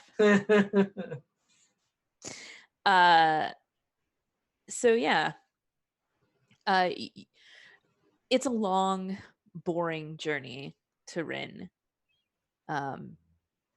You have to give up your papers to patrols multiple times. There's all the boring junk of space travel. And hey, you've been to Boftama before, and nobody is supposed to be living there, which of course means that there are definitely people living there who are outside of the law.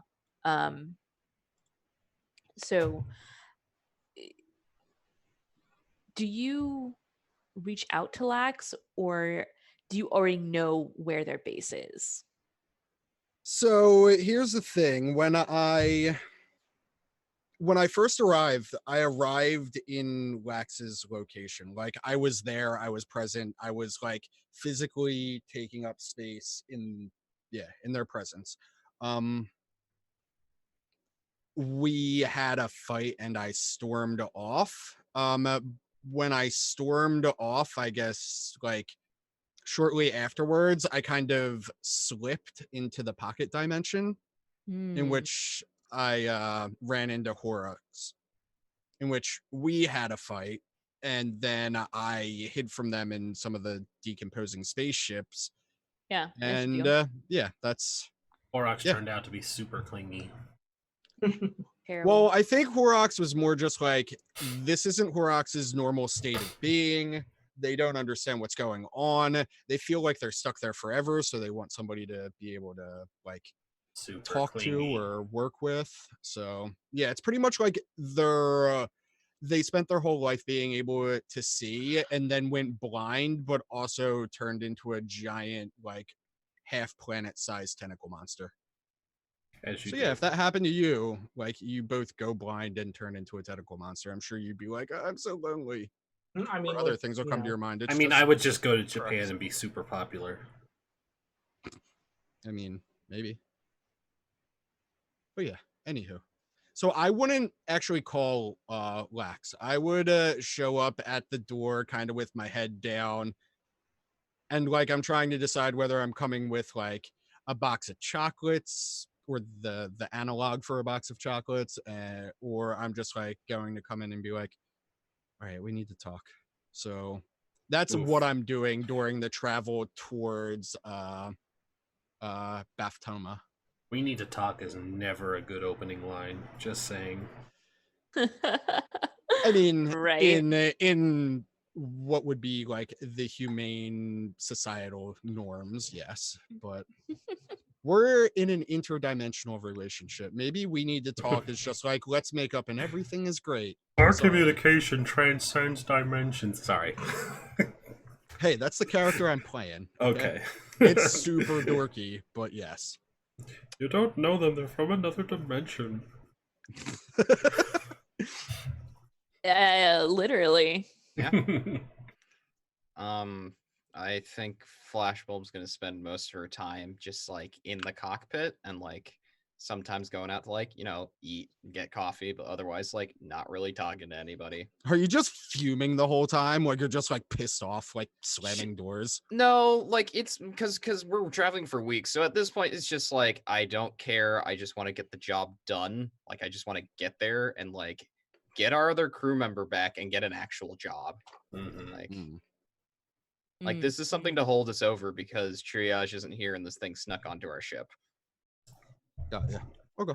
That's an accurate representation of what happened.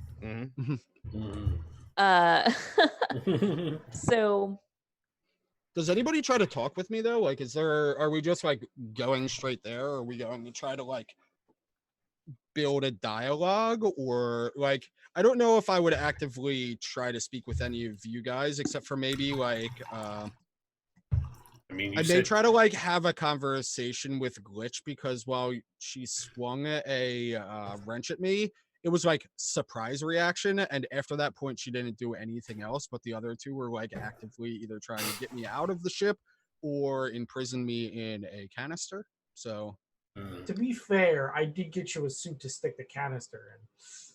We did. Should be said. Yeah, like I said, this is me out of character. Like I wouldn't actively go try to talk to people, but if anybody wants to talk to me, I'm down to have a scene and do the dialogue. Perfectly honest, Glitch heard the "I'm not single" and then immediately checked out for this Xeno. Funny thing you is, hyped up how much your relationship transcends dimensions. The funny thing is, she's like, I'm done. The funny thing is that is almost the exact same reason why Iwas is going to seek out to have a conversation with Glitch. And like that, you've lost me. And good day, sir.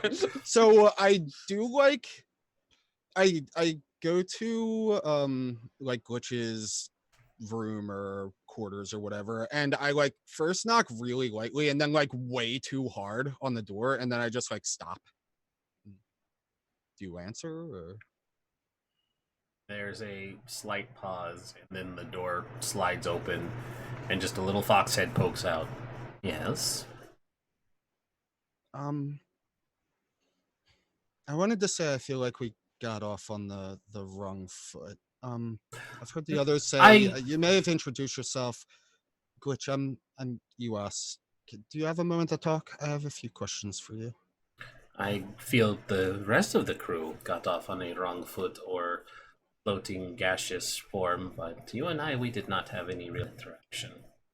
Yeah, and I think that's why I came to you first instead of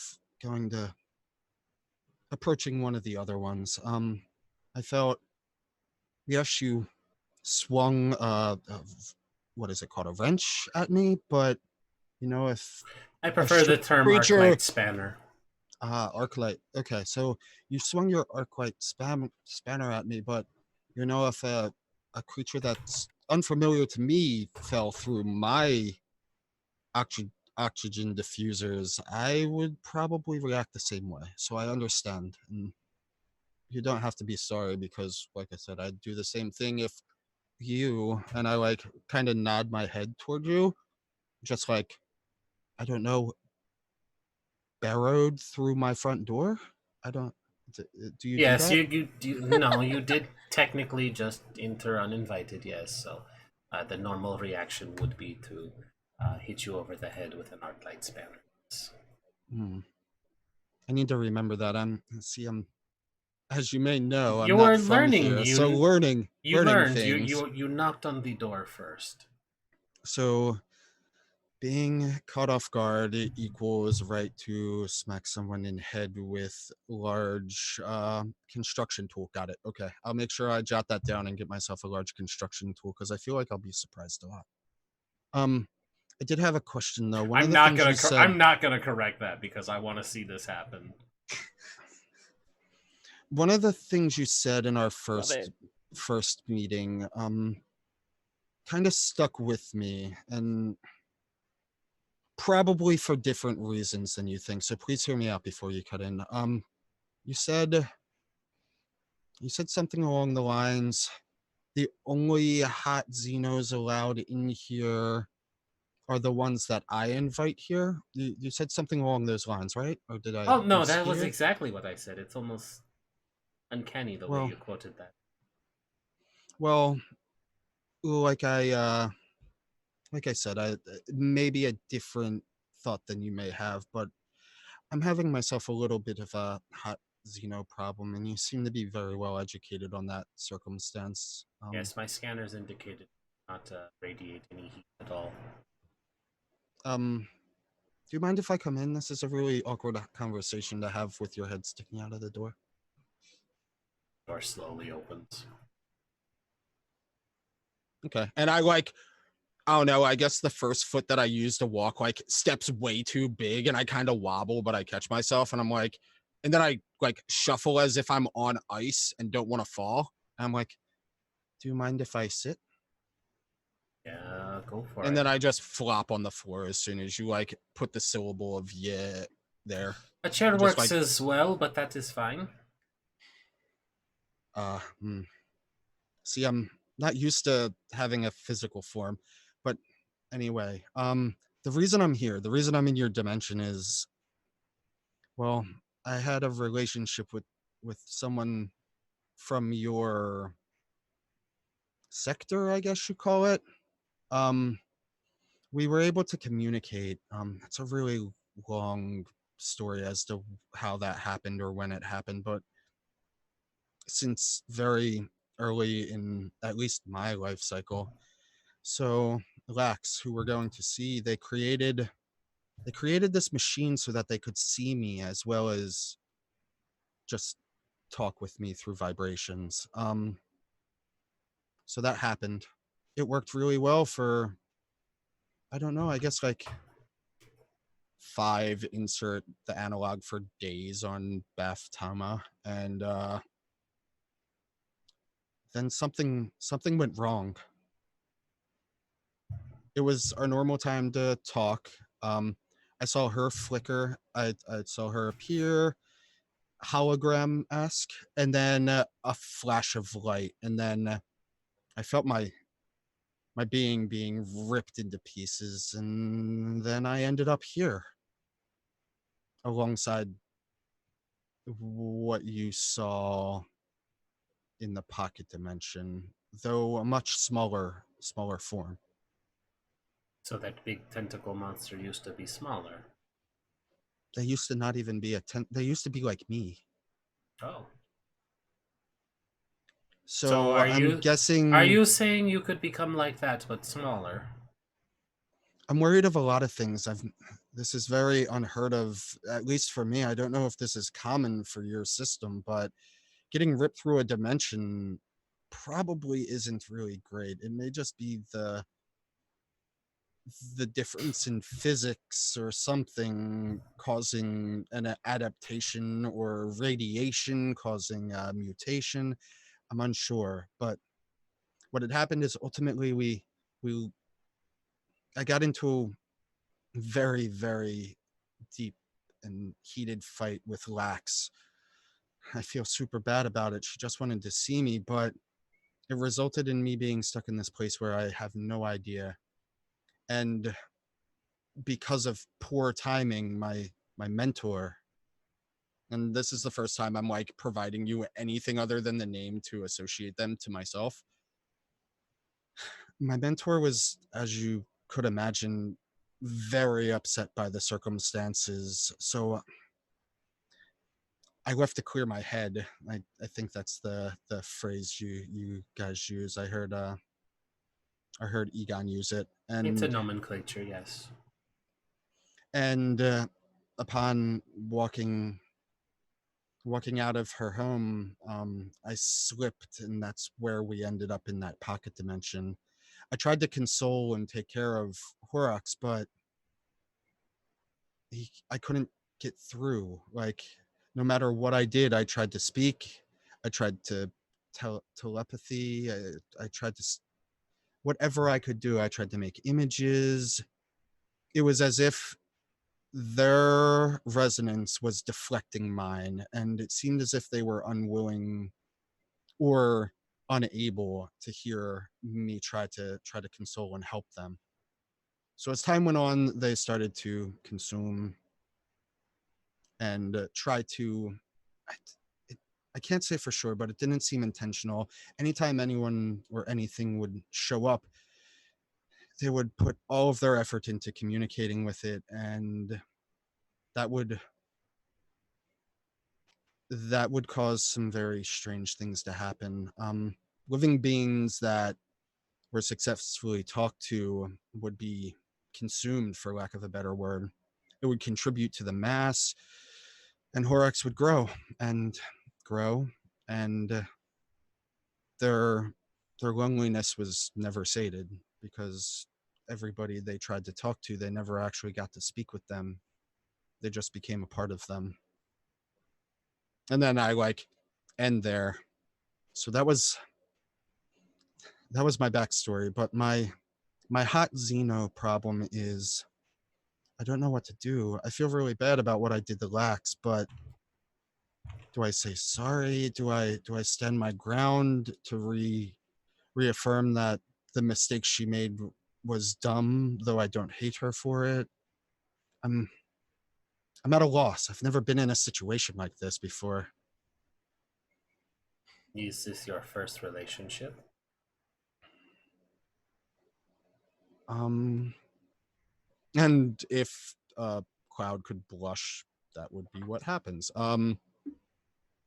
You can say I'm inexperienced. Yes, that much is obvious. You didn't react at all to the intimacy joke I made earlier.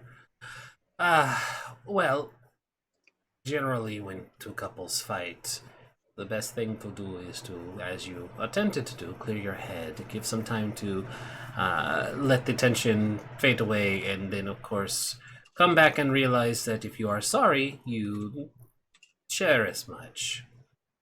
If you are not able to reconcile the issue of differences, then the best thing to do is understand that there will be differences. If you are not able to work past it, your relationship should end, and you should seek out a partner that is much more amicable.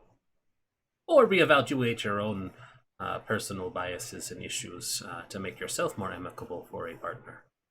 Because you could always be wrong as well.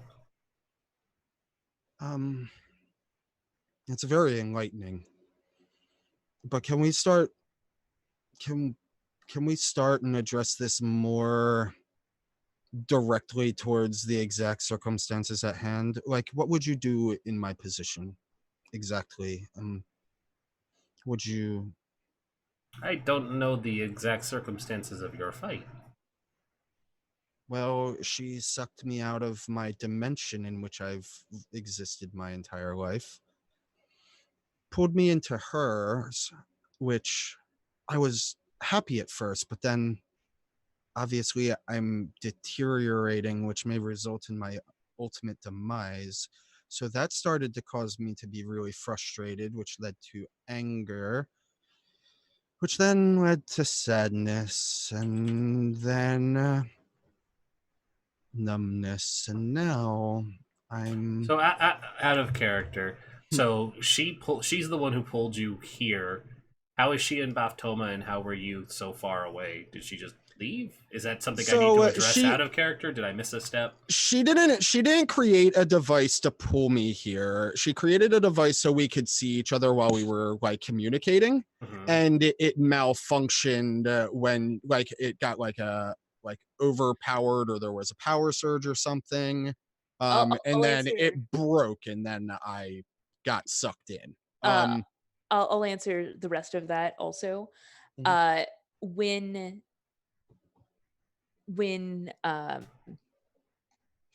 Iwas and its partner Lax. Not Lax, Hurox left Baphtoma, they wound up in that subspace dimension. Oh, okay. So they're not. The subspace dimension is unstable, and it moved, and they were in there for question mark because time is weird inside of that space. Okay, so they initially arrived on Baphtoma, and the subspace put them where they are now. Right. And in character, Iwas doesn't know that there's a weird time fuckery thing going on. So I'm really excited to see what kind of curious circumstances I get when we show up to Baphtoma, and either I meet Lax or they've relocated, because it's been question mark amount of time. Well, so yeah, I don't know. Anyway, back in character. Well, it doesn't sound like there is anything that they necessarily did that was wrong. If the circumstances of your arrival were not intentional, it is not their fault. I would come from a standpoint of realization of my own fault in becoming angry and distant and disappearing for a while, as unavoidable as that last part is on your part. But coming from a stance of wanting to make amends for the wedge that was driven between you is probably the best way. I would also probably see if the relationship is salvageable, and if there is any way that you could maintain it while you are here, or if there is a way to maintain you while you are here. And you might also need to eventually figure out how to address the biological needs of your partner. Do you just say you may actually need to figure out the biological needs of your partner? Yeah, that is what she just said. It's like, you may need to figure out how to fuck. You were just like, yeah, you gotta give them the space cloud. You just gotta put it right in there. Yeah, she just said it just very delicately. You may need to figure out how to address the biological needs of your partner. Okay. Because that sort of thing is important. So it's not always about you, Space Cloud. I listen intently, and I nod, and I start to come to a realization, and I nod, and I kind of my posture straightens up a little bit. I'm not as slunched down and closed off. And Iwas goes, thanks. That really helped. But I have one last question. When I first see them, when our gazes meet for the first time, should I beg? Should I grovel? Should I should I cry and apologize? Should I? Are you capable of groveling or crying? I'm putting it into terms that you would understand. It doesn't translate well from space cloud noises. We kind of just like make whoosh noises to talk. So I don't have a word other than these two to describe the equivalent. But I don't know what specifically, if this had happened to you and you were in Lax's position, how would you want me to return to you?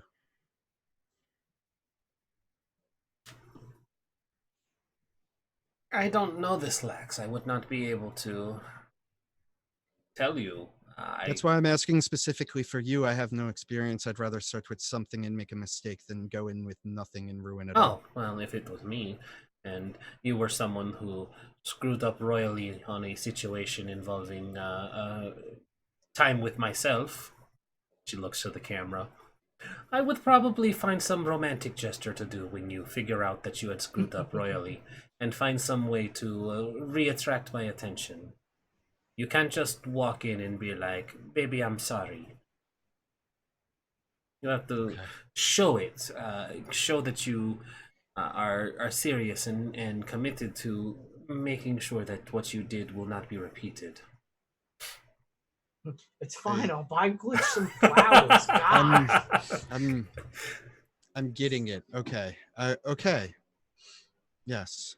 All right. Hey, Glitch. Yes. Thank you. Thank you so much. Like I try to stand up, but I fall backwards, and then like I get up on my own unless you like give me a hand. I catch your cool robot body. Nice. Did you catch the body or like you grab my hand? Probably catch the robot body. Okay. If a gas cloud could blush, it would do that again. Egon, for all of his scientific genius, really does not know how to construct a very maneuverable machine. I could tweak this hydraulics a bit for you. That would be appreciated, but I'm almost entirely sure that it's more that I've never had to pilot a physical carapace and not the craftsmanship. Perhaps making some modifications on this might help your intimacy problem as well. Oh, Jesus Christ. Secret compartment, y'all. Glitch installs a strap-on. Yep. All right. Anyway. That was where I was going with that, but it's just going to be a little slidey compartment. What's that sound? Don't worry about it. Ah, shit, it's malfunctioning again. All right. So I'm content with that being the end of the scene. You saying, "Oh, we can make it." Oh, she was going to offer to help with the intimacy problem with or without the suit, but okay. Anywho, so that was a scene that I would directly seek out before we make it to Baftama, but beyond that, I don't really have anything. I feel like Face is just trying to figure out what the heck is going on with Glitch and kind of trying to... Oh yeah, you're having your own girl troubles. Yeah. And then kind of trying to keep Flashbulb from punching somebody in the face. Again, Flashbulb is fine. She's just not going to talk to anybody. I would say for Flashbulb, if there is any like ship downtime, you and I could probably still be working on your hover bike, because that was like our only bonding experience. Oh, the hover bike's done. Well, I mean, working on it. You never finish working on vehicles. The grav bike? Yeah, you always. Oh, I know. I know what you mean. You always we could. Yeah, that's like that's our bonding thing. Yeah. I guess we could do that. And that doesn't involve much talking either, because I know she's like, anybody who talks too much, I want to punch him in the face. Mm-hmm. No, they could probably just keep. I'm glad we get each other when we're doing this. Yeah. We're here to do mechanic stuff. Yeah, mechanic stuffs include talking about violent things to do the things that you find unpleasant. We're just rigging. We're just rigging. Yeah. Just rigging. Yeah, I don't have really anything to talk to people about, because like most of my stuff to talk about is like she feels a little bit uncomfortable doing it with something that's been on a ship that was on the ship with them 2 weeks without their knowledge and knows a lot about them. And 2, a lot of the stuff that she has to talk about is not with any of the crew. because the crew don't know, one, the only person who knows that she's part of a cult is Face, and two, all of the stuff of her being a clone is not really a known quantity. So, yeah. Lovely. So, boop. Yay! Baftama. Woo! Here. We out here. We made it to a thing. Outro. Hi. I would like you to roll me a fortune roll. A fortune roll, you say? Shreds, you say? Number of dice? Let's see. 37.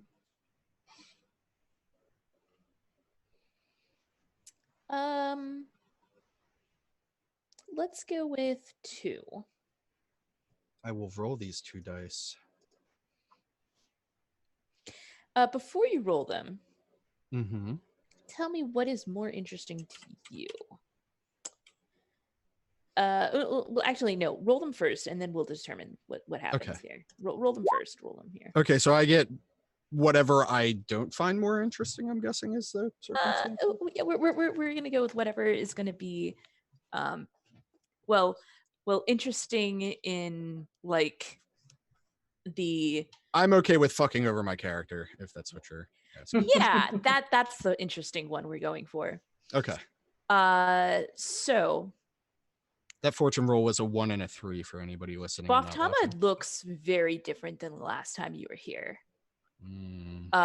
It's like a husk. There's like completely mined out. There's like barely any atmosphere. Boy, it was like a normal planet when you were here before. I don't know if I act like I definitely am worried because of that, but I don't know if I like say anything to the crew of the Packet Loss because I don't know what this means for myself or the future money they may not be getting now. So I don't say anything because I don't want to. All right, well, fine. You're getting dropped off in this dead planet by yourself. Bye. Yeah. Yeah, you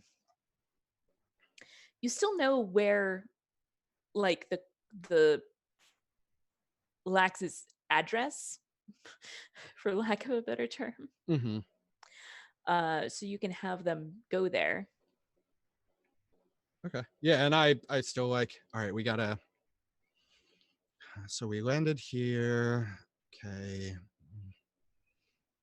I need to do some triangulations, and I like do some quick gas person map, and I'm like, so based off of where we landed and where I left or the direction I walked when I left, we should go right here or within a mile of this area. Yeah, and I'm like, I point in that direction, and I don't know if they're just like, well, do you go by yourself or staying in the ship or what? But I just like, I kind of way. probably look at you and like, I guess we follow AWAS. I'm just gonna stay on the ship in case we need to get off quick. Makes sense. Yeah, it's pretty much like, do you guys find this circumstance fascinating or not? Because otherwise, EWAS would just, I guess, go by themselves. But then you may lose your money, so you may want to send at least one I'd probably person. go with you because at least one person need to should get paid. Have we done a scan of the planet? Are we able to go out there okay? We were there. This is where we did the races. Oh, okay. There are patches of atmosphere. You might want to bring a spacesuit. Oh, yeah. I got my fancy bling spacesuit on. Don't you worry. You it's have your bling made suit. out of gold. Old. Like old. It's made out of a gold that like, oh no, like not gold 3. It's like gold 19. So it's like super thin. Super thin, super shiny. It's a thing that doesn't actually exist. It's the space. We can have whatever and just say it looks like gold. It's the future. You have as much stuff as you need. So is it just Face coming with me? No, I'd go too. Okay. Nothing would stop you from cracking him over the head and like eating his body. If he startles me. Yeah, exactly. So after we walk for a little bit, you're going to notice that I'm going really slow and I trip over anything that isn't as flat as possible. And then I ask him, like, can one of you guys just let me out of here? I could literally float. I need to hold on to this still, but we have to maneuver without a vehicle, and it's going to take us forever to get there if I stay in this thing. All right, I don't want to cause you to disperse, but I figure it's fine for a little while. So why don't we leave the suit at the ship, and then you can float around and do what you need to do. And then she immediately dies. Nah. Okay. I mean, that's a good way to make sure that it has to come back to the ship. Right. That was my thoughts. Yeah.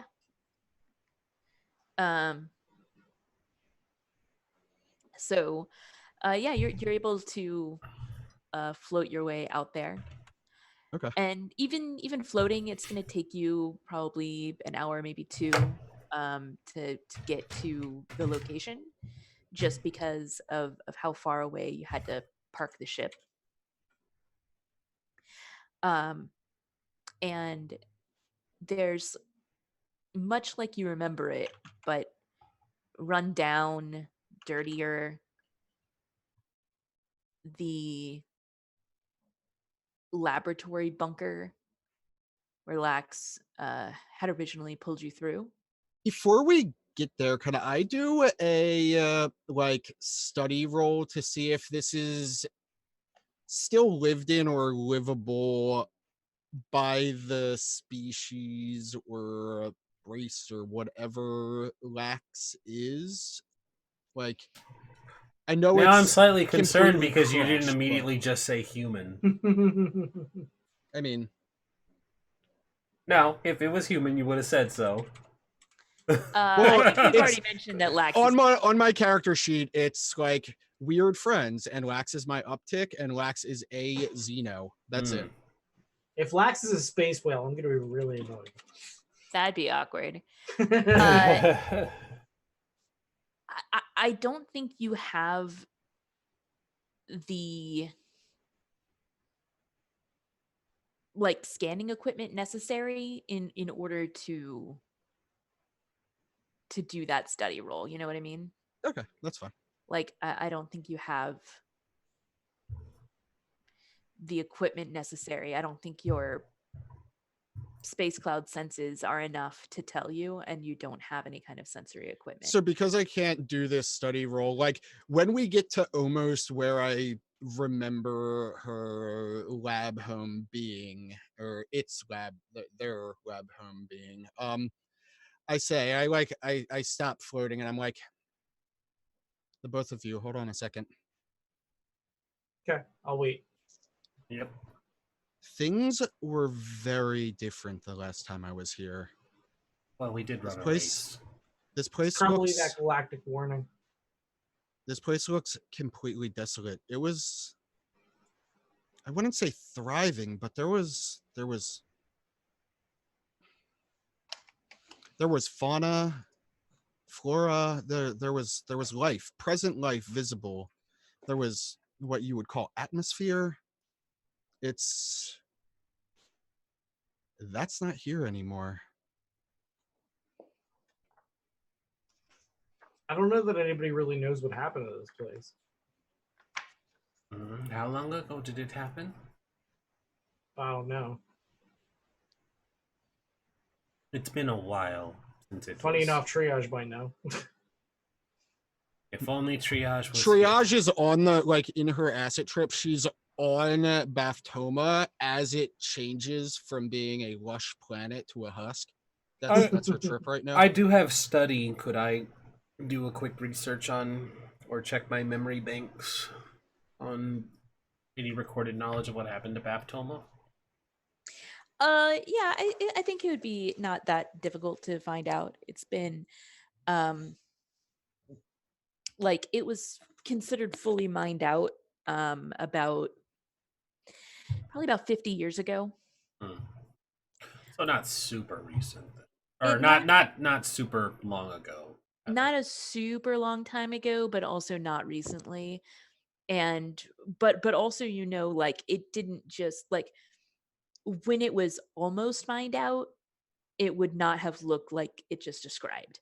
So the amount of time that has passed since it was here is okay. Let me put it this way. What you do know is that Baftama was mined out because it was not capable of sustaining human life. So whatever life was here was not They human. were in habitats or not human. Right. Yeah. Okay. So it was already pretty desolate to begin with, I would assume. But like, I would be like, yeah, I'm not picking up that like any of the. It's like 10,000 times more desolate. Like, it's the Yeah. difference. It's the difference between like a desert and the moon. Yeah. Oh, okay. that's a huge difference. Cool. So I just make that statement and I don't follow it up with anything unless somebody says something, and then I like resume moving. Are you sure that there is anyone here, considering? Well, I guess we're about to find out. And I go into like, I wouldn't say it's a cave, but it's definitely not just like a structured house. Like, it wasn't a built residence. It was like using the natural landscapes. So I don't know whether I would go directly into a cave or something else, but yeah. It would generally look like a cave, I would think. Yeah. So I'm like, yes, I recall this. Here, let's go in. And then like once we're in, it's at least like a half a mile. And like there's winding like corridors that go in different directions. And like we make a couple turns here and there and whatnot. And eventually we get to a point where there's... Before we get that far, I send a message to Flashbulb with our coordinates and that we're going under. Yeah, are we like losing signal or anything? Oh, definitely, yeah. And that's why I want them to know where our last coordinates were. Yeah, and I don't cause any trouble like where you can't send anything or whatnot. I'm not worried about that. We can wait. You can get the message out. I'm not worried about that. It is just the fact that we are on a desolate, abandoned planet and about to go underground. It's like, it's not you we're worried about. Would you be able to put up some kind of signal beacons? There were giant space worms last time we did something on the outside. I could, but underground it weren't. The signal underground is not going to get through. The message you get is great. I'll see you in an hour. There should be a relay for your communication system here. Let's keep going. Yeah. And when we get to like the entryway to our house, like, is it like completely returned to nature, or would it like be somewhat preserved, Kelsa? I'm gonna say it's somewhat preserved because so you'll see like a door, but it's made out of like the surrounding stones, whether it's sandstone or whatever. And once you go inside, there's definitely machinery, but it's not made out of like metal and like plastics. It's more made out of like the surrounding natural elements or previously natural elements. So it's like, it was what would be the equivalent of like vines were used to transfer whatever energy they used to power this kind of stuff. But now it's like a fossilized like strip of what looks like sandstone or something like that. And yeah. And then like the machinery, like the bodying, instead of being like refined metals, it's more like sappy resin that no longer has tack, I guess. So it's like, yeah, instead of like replace any random thing that uses metal with amber or an equivalent, and that's what it looks like. And yeah, so we go in. Is it like dusty? Is there a light on? Can we hear generators or anything? Or I think it's not dusty. I don't think there's a light on, but you can hear generators. And this is like um the first room in a multi-room complex. Mm-hmm. And you hear something from deeper in the complex, like shuffling sound. Okay.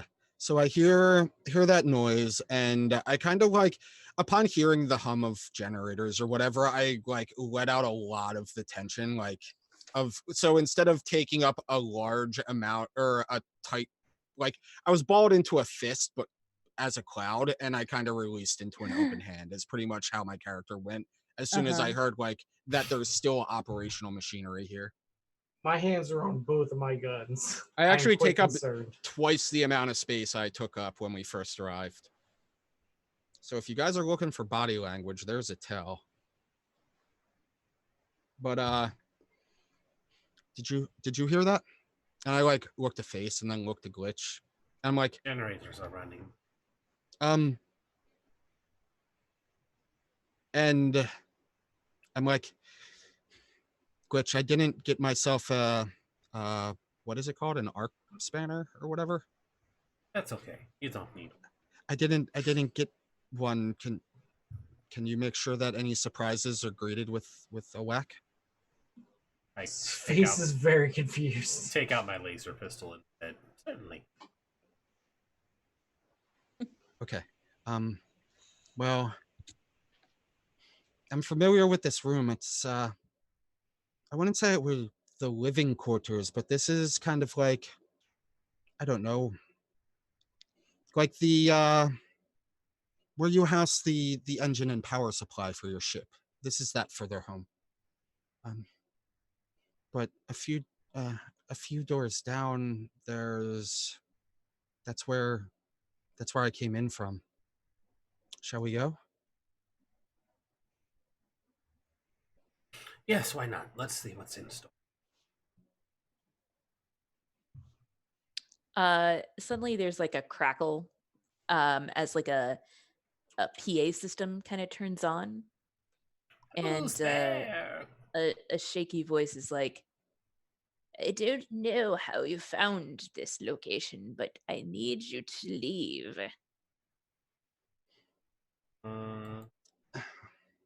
I kind of figured that would happen.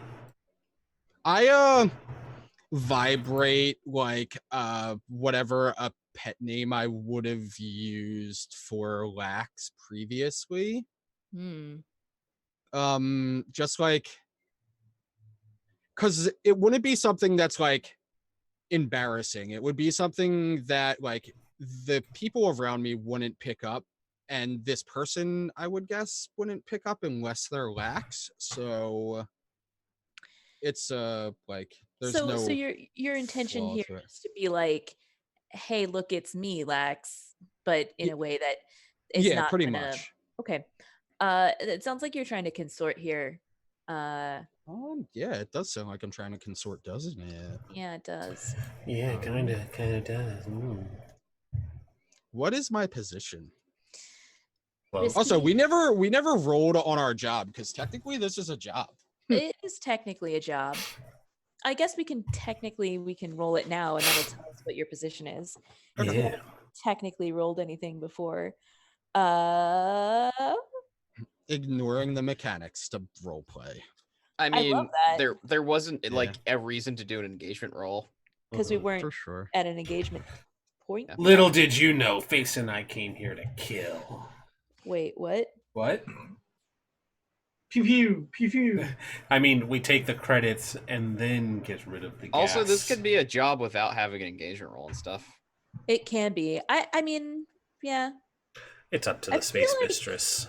I feel like we don't really need an engagement role here because it's like a little mini job, and it's not quite as like we're not gonna get downtime after this. Like, yeah. You know. Wait, you're not gonna get downtime after doing this? This isn't an actual. This is like a mini job. Like, just like we've had very few like risks involved. Like, We're not doing it for any faction because this is a game about factions. Like, but the next step will definitely be a job, if you choose to accept it, whether you go with option 1 or option 2. Anyway, well, since we decided, what is my position? It is going to be risky standard. Risky standard. Okay, I have 0 dice on this. Good. I mean, I'm a fucking. I'm sure it'll be fine. Okay. Would you like to? Ooh, fuck! That was so bad. Jeez. It's fine. I'm sure it'll be fine. I don't know who you are or why you're here, but prepare to die. Get out of my house. Yeah. The death bots are on their way. Oh God. I threw wave upon wave of men at the kill bots until they reached their kill limit. I like that response because it doesn't answer the question of whether this is her or not. So I'm just like, oh no, I think she's serious. So I'm like, I just yell, I'm like, Lex, is that you, or do you know where I can find them? Before we leave, we'll leave with no problem. You could call off the death bots. Already sitting at my rigging here. Yeah. I have my blasters out and I'm slowly making my way back towards the door. That sounds to me like you're trying to sway as opposed to consort here. Iwas, would you like to make another roll to have? Yes, I would like to make another roll. See, I wanted this to be a job because I want a refresh on our gambits for multiple reasons, mostly because I use mystic powers. It's almost like this is like Blades, where you don't have gambits. What? Actually, does the ship have any gambits? Because technically, I can use them. Does not. Okay. Do risky rolls and generate them. Risky standard still? Yeah. Well, at least I'm not rolling 0. Let's go.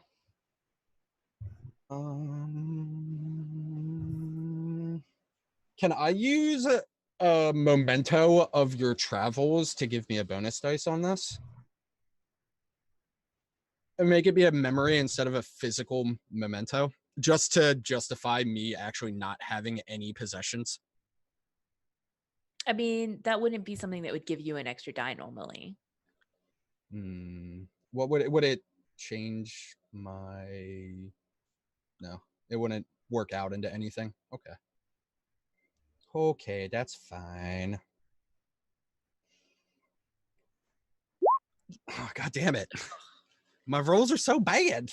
All right. So I kind of like the killbots have arrived, and I kind of like swat at the gas, and I'm like, okay, everybody just calm down right now. Well, first the killbots arrive and start shooting at you.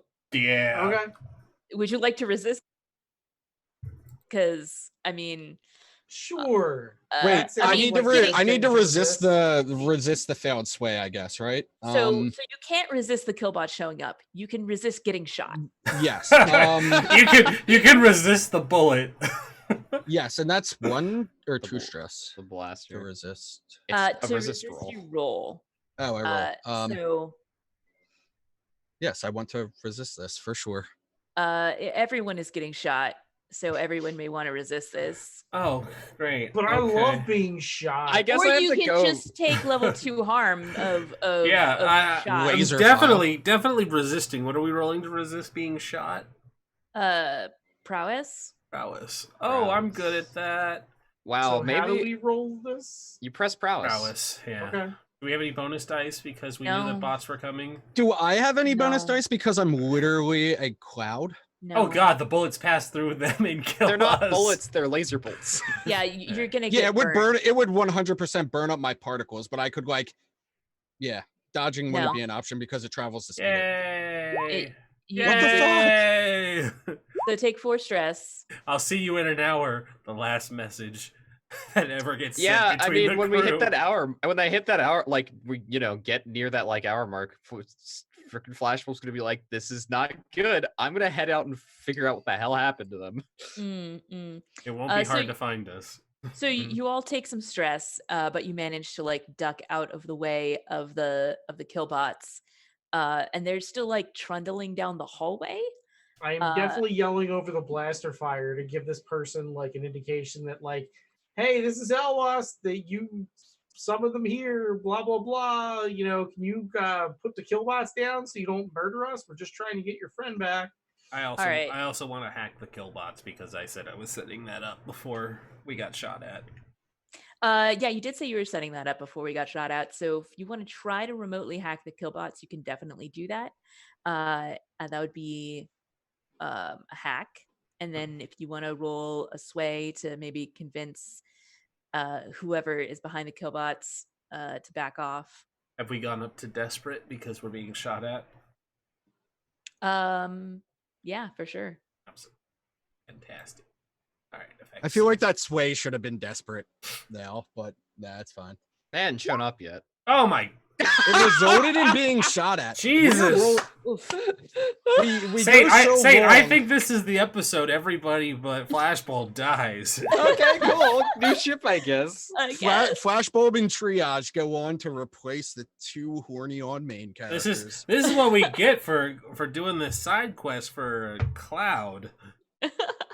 Fine, mine kind of worked. Flashbulb was right. Flashbulb was right. So we'll start with Glitch's hack. You fail. You do not get to hack these guys. They are going to send like a countermeasure ice into your hacking rig, and it's going to blow up. Oh, causing you physical damage and also destroying your rig. What are they doing? Yikes! They're blowing up my fine hacking rig. How are they doing so? What are they? With this over the same Wi-Fi connection that. Oh, okay. So it's just they sent a kill. Wave. They Gotcha. sent a kill command. It's it was ice. Like, you may resist that if you like. I am absolutely going to resist. You're not blowing up my fine hacking rig. I'll assist, and the way I will assist is I will put myself over top of the hacking rig to interrupt the wavelengths by using my particles. That would be resisting for her, in which case you would roll the resist instead. So I would roll. You can't assist on resist rolls. Oh, yeah. Okay. So could I resist for her, I guess? Yes. If it would be real weird if the Cloud stresses out of this scene, right? It would be. You're kind of the whole reason we're here. Don't stress out. Or you can just let Glitch. Yeah, probably do that. Okay. It was an idea. Hey. Damn. Nice. I pull out my second keyboard and I counter hack them. Remember to take one of your take one of your stress points off. Yes. No, it was not a. It was not a crit. You're right. It's not a crit. Okay, sorry. It's not a crit. I thought that was on a 6. You gotta get 2 of them. For that. Yeah, I thought it was on a 6. Not second keyboard, trench coat, sunglasses. Yeah. She's got it all. Blip is there helping. Just double keyboard. Fine. You managed to not get blown up, and your but you have to cut your connection in order to do this. Yeah, it was a real fuck up. but luckily, Face was able to shout loud enough that he was heard, and the kill bots are going to stop anyway. However, they are still they've stopped firing, but they still have red eyes or whatever to indicate that they're powered up and ready to shoot you again. And some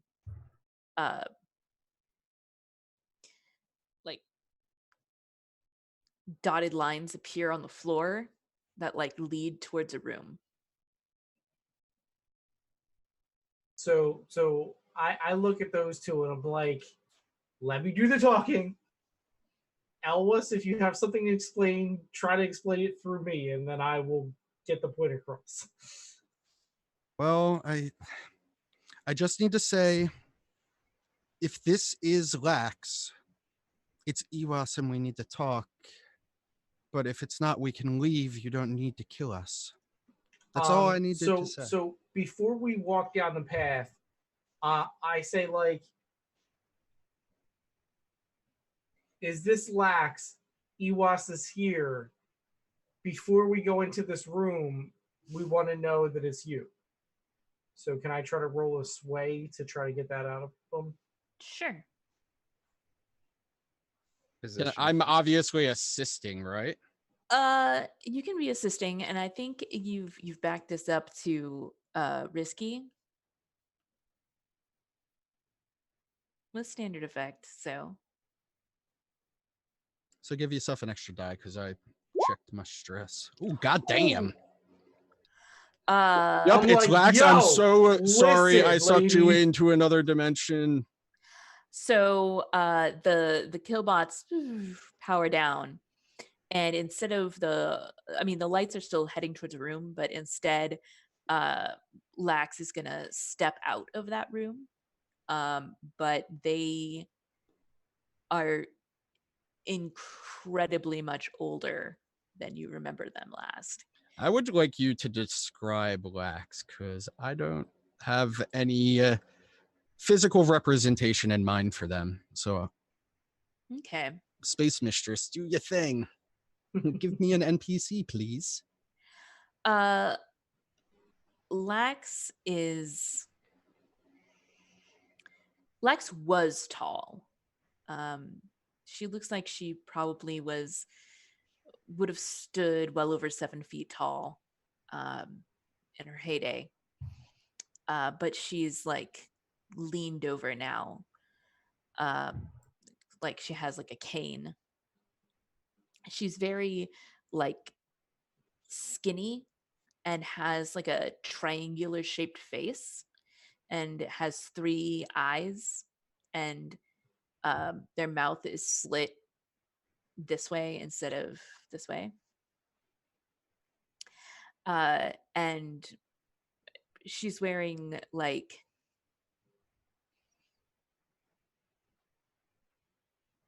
probably like a lab coat kind of thing, to make Triage jealous. Pants and a blouse. Triage is having an out-of-body experience in this room right now. Just like... You've never seen this type of alien before. They have like three arms, one of which is coming out of the center of her chest, and that's the one that's holding the cane, and the other 2 are like longer than you might otherwise expect, and have too many fingers, like probably 8 on each hand. And their legs are just give her shorter. Like make her a centipede centaur. Oh god. No.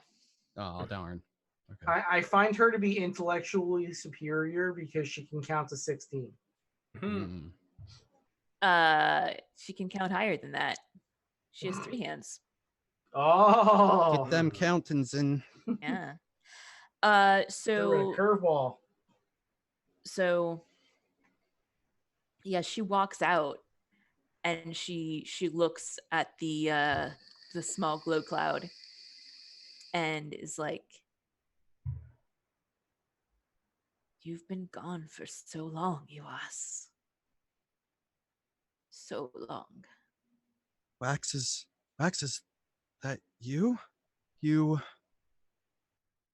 It's really you. And like he kind of, or it kind of like sunks to the ground, becomes like the low hanging mist again, and like moves slowly towards her, like, and says, I'm so sorry. But what do you mean it's been so long? It's been whatever the analog for 5 weeks is. Like it's been a month. No. How would universal time work? That's such a weird concept. It is a weird concept. They use astronomical units, yeah. They use just like cycles and then like weeks and months because it's the hegemony and they have a standard thing. Yeah. It would be whatever the predefined rotation of whatever predefined system they would base their timekeeping on. Whatever like their capital planet is, they're probably just like, this is where we're gonna base it off of. And we'll keep it simple. It rotates on a 365-day scale and a 24-hour night cycle or day-night cycle. Go. So we're going to backtrack just a tiny bit here. So instead of me saying, "What do you mean it's been so long?" I say, "I know it's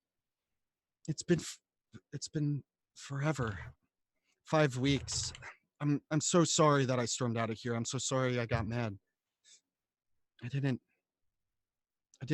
mean to, but you got to understand it was very stressful and I'm still deteriorating. You see, I'm so sorry. It's not your fault. You didn't do this. I'm so sorry. I've been deteriorating myself while you've been gone, and it's been significantly longer than 5 weeks here, Baftama. What do you, I mean, I see you've changed, but what do you mean? How long has it been? And it gets very concerned. Like, what do you mean it's been longer? Like, how long was I in that pocket dimension?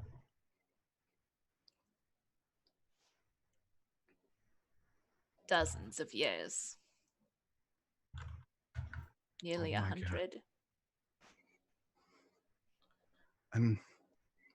And like, I don't know how much lower to the ground Iwas can get, but the crushing realization that I left Lax thinking that she killed me for that long, you know, like, or thinking that she was the cause of my death, not that she killed me. Oh my God. Lax. And like, they perk up and they form into their actual like standard form when they would appear to Lax before. And it's kind of, I don't know if you've ever seen what the hell are they called? Hold on.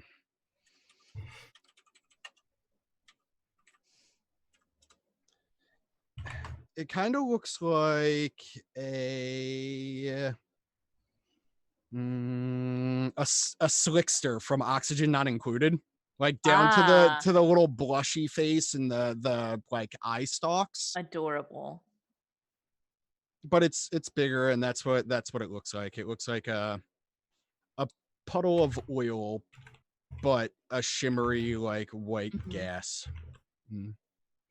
Gotcha. They turn into it, and they're looking down at the ground. They can't bring their eyes up to Lax, and they're just like, I can't believe I left you that way, and for that long. I swear to you, it was only a few weeks, and I tried to return sooner, but you see, Horrocks isn't with me, and she shakes her head and like holds up her hand, and it's like, I've had enough time to come to terms with you being gone. These are my great-great-grandchildren. Give me some time to adjust to you being back. As so much that, and you, and she gestures to Face and Glitch, and is like, you brought it to me. Oh yes, we did.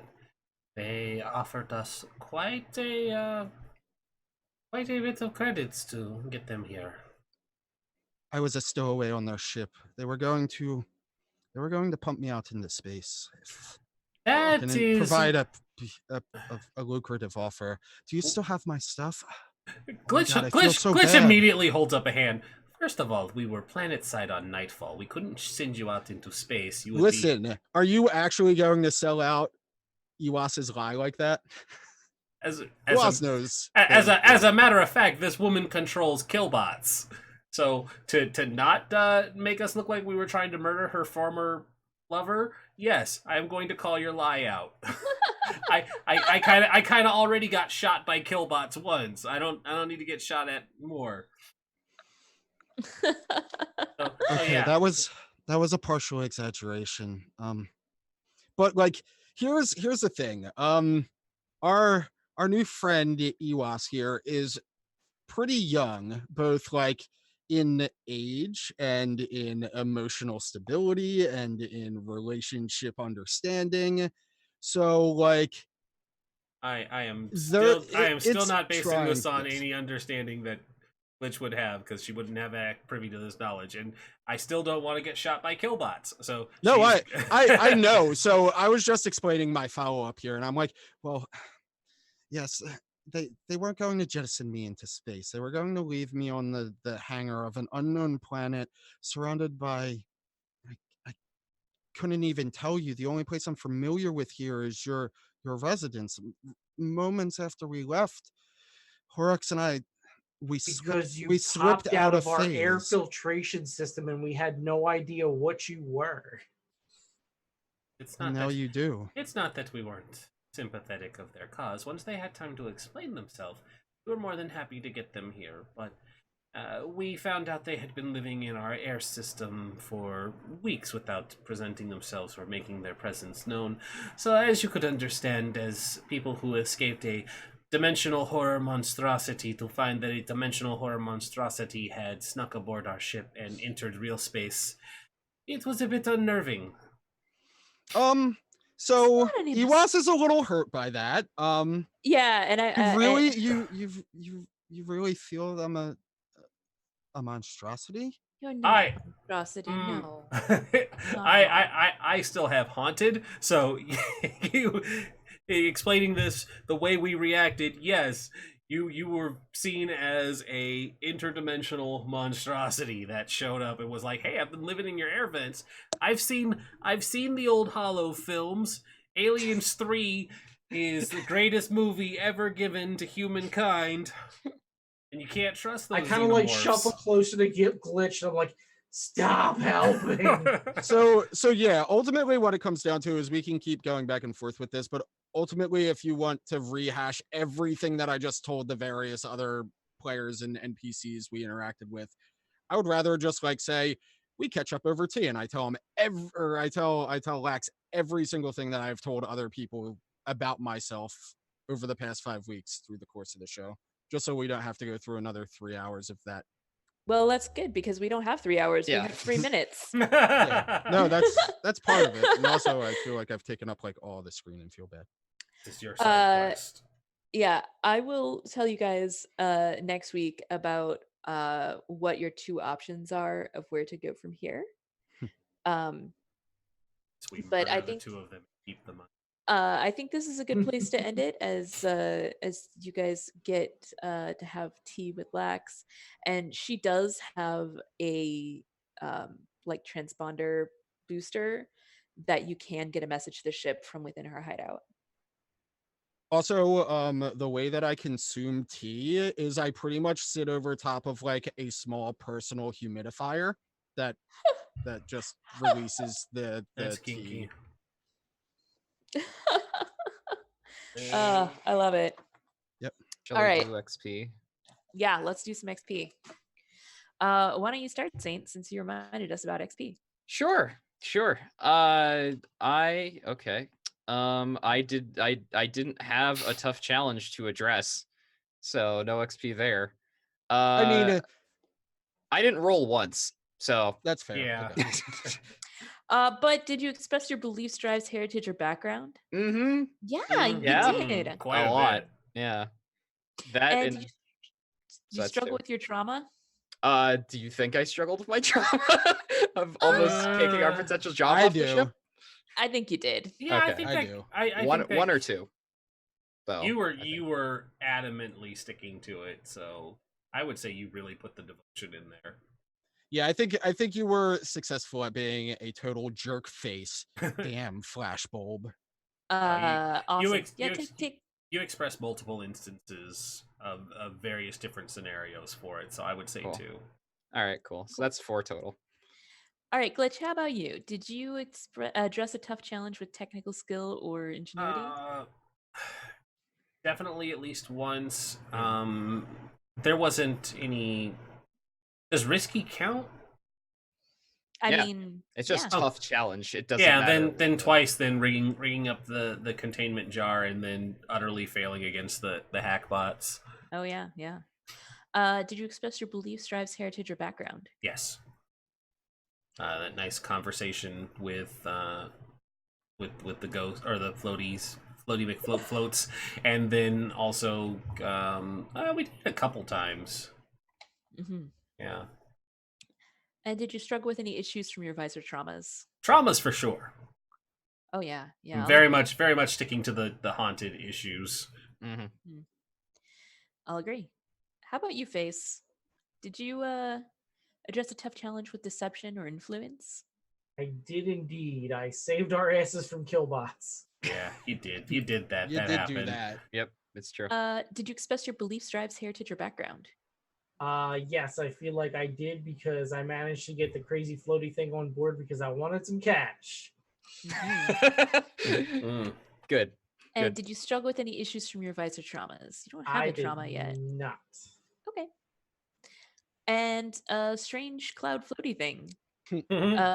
So I was thinking on this. I don't really think that I expressed my wisdom of the way, which will probably come up a little bit more next episode. But I do believe that the entire episode were about Iwas's beliefs, drives, heritage, and background. So I think taking 2 would be reasonable for that. For sure. And it struggled with an issue from your vice or traumas during the session. No. But two's pretty good. Yeah. And before we forget, the crew also gets XP. Yeah. Did you execute a successful transport or smuggling operation? Technically, we did a transport operation. It kind of all falls down to what do you consider that, I think you did. Okay, so 1 for that, I guess. Did you contend with challenges above your current station? No. I don't think so. Not really. Did you bolster your crew's reputation or develop a new one? We interacted with the ghosts, but I don't think we had the opportunity to improve our relationship. Yeah. I feel like us just having the space beast though intrigues them. It intrigues them, but it doesn't. We didn't really do anything to establish more with it. Yeah. There's groundwork to do it later for sure. Okay. Yeah. So did you express the goals, drives, inner conflict, or essential nature of the crew? Yes. I feel like we get a gold star on that one. Yeah. That gives us a playbook advance. Nice. Everyone in the crew is gonna take 2 stash. Ooh, nice. And you guys get to pick a special ability or 2 dots for the crew next time. I still have written down 1 advance. Did we not choose one last time we did this? Oh, fucking no. I don't either. I honestly don't think we did. I don't think we did either. I will put 2 advances unless we did do it, but I don't think we did. We can do the math later. Yeah, we'll go back and check the math later. I'm tired. Me too. I really need to pee. Okay. Also true. Let's run quickly through the outros then. Starting with outro. Because that segue never gets old. I'm Outro. I am a variety streamer and tabletop role-playing game player on the internets here on Twitch. Right now I am paused in the middle of the final boss of Parasite Eve, which I will be going back to after we wrap up here and I use the bathroom. And other than that, you can catch me here. I'm planning a mothership show that I'm probably going to be starting Sunday the 10th of November. It's either going to be at 6 o'clock or 3 o'clock Eastern time. And other than that, I'm just playing video games on the internet and hanging out here with you guys. All right. Next up. How Who's up about next? Rhys? All right. Hi, everybody. You can find me at Rhys Dragon on Twitter. I currently just started streaming Borderlands 3, so I will be streaming tomorrow between 7:30 and 10:30 EST. So come hang out with me there. It should be a good time. Other than that, I am currently working on actually getting my YouTube channel up and running, so more on that in the future. Oh, much harder to do than Twitch. I'm sorry? Much harder to do than Twitch now. Like, they keep kicking yes. back the requirements every couple months. Yeah. But I also may be doing an interesting one-shot that I was invited to, so that should be... don't want to spoil the surprise there, but... Oh yeah, I forgot something. I'm going to be a guest star on the next episode of Vancouver by Night here. Did Saint give you the okay for the next episode? Because we're doing the side story stuff. So I talked to Ark a little bit about it and explained like what I was thinking about, but we haven't gone super into it. Okay, we can talk more about it later then. I'm curious. Yeah. So we'll figure it out a little bit more, but it's either next episode or an upcoming one. Okay. So, yeah. I'm going to go back to disappearing because I really need to pee. Yeah. Good plan. And that's me. Okay. Kelsa. Perfect timing, Red. Hey everybody, I'm Kelsa. I play role-playing games on the internet. In addition to running this game, which I absolutely love, you can find me over on my own channel, usually on Mondays and for Consumed, and on Saturdays for Republic City by Night. We're taking a skip this week because I'm at a convention. I will, however, be streaming another game of Scum and Villainy where I will be a player that's being hosted here, where we're all going to be playing in person around a table at the convention on Sunday. That's going to be pretty cool. You can find out more about that. I'm going to tweet about it when I'm going live. Usually on Sundays, I'm over on AP Gaming Reels channel for a Game of Thrones game. You can also find me over on the Greyhawk channel on Tuesday mornings for Savage Tide, D&D. Who plays D&D these days? I don't even know. We will, in fact, be playing on Saturday. What? That's weird. Know, crazy. Anyway, follow me at Twitter, or on Twitter at Kelsa. Twitch and YouTube, it's KelsaDelphi. I play lots of really cool games. I'm very excited about Republic City by Night. I've been doing some mad artwork for that as Shipping part of has my. Begun. I mean, yeah. Don't at me. That's so funny. Who plays D&D anymore? Looks over at recommended channels. Critical Role is currently live and has 48,000 viewers. Yeah, right? They'll never rate us. No. That'd be nice. That algorithm would blow up if all of a sudden you got 48,000 people. Thinking about Republic City by Night, Saintguard, why don't you tell us all about your game? Yeah, hi everyone. My name is Saintguard. I'm a variety streamer and sometimes game of tabletop role-playing games. Usually you can find me over on my own channel, twitch.tv/Saintguard. Currently I'm doing Darkest Dungeon and Dead Space, if it works, because it didn't on Tuesday, and so I just played Darkest Dungeon instead. And that was a whole thing if you watched the last half hour of that VOD. I was watching a good bit of it. It was pretty fun. Yeah, it was fun until my ISP just started to just die, and I apparently was 10 minutes behind chat. So yeah, that's a thing. It was really bad at that. Wait, that was the funnest part of your stream, though. It was fun sending you messages from the future. The thing is, I the streamer could see all of chat and could see everything you were saying, but the stream itself wasn't up to date. Oh god. No, it was just it was a time and a half. You can obviously find me here. You can also find me over on Kelsa's channel on Saturdays. I am GMing a game I designed called Republic City by Night. It is a Legend of Korra Blades in the Dark hack. We have some great characters, so I still need to ask some questions of.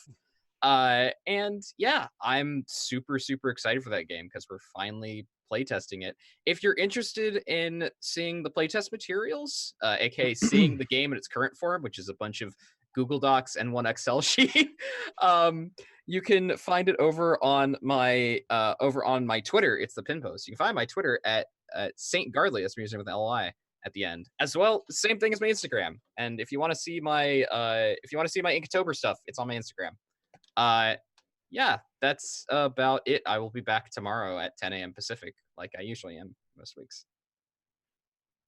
Yeah. I mean, they're gonna kill Amon in this campaign 3 years before he shows up. To mess with Korra in 5 years. Yeah, Amon's not that important. It's fine. It's fine. That's everybody, right? Everybody with me? Mm-hmm. Hi, I'm Rhys. You're currently on our channel, so hopefully you know who I am, or if it's your first time, welcome. Follows are appreciated. We're so close to the subscriber number, but it also keeps falling as every stream ticks up. It's like we're getting there, but not getting there. Tomorrow we stream 6 days a week currently. Actually less, 5 days now. I dropped one of the days because Band of Blades was just a bit too much to keep up with all of the stuff. I was getting production burnout, so I just killed one of the days. You can catch us most days of the week here or on Forgebreaker's channel playing games. On Friday, tomorrow, we will be doing Shay's story time, where she continues reading Shipbreaker, and the viewer count doubled last week, so hopefully we get more people coming in to watch. There were a number of people here on the cast who sat in, like Kelsa. It was good to have people there for her, because it's a real good encouragement boost for her, and I want her to succeed with this because I love her. Saturday, we will be playing Descent into Avernus. Most of the Party White Games cast will be there.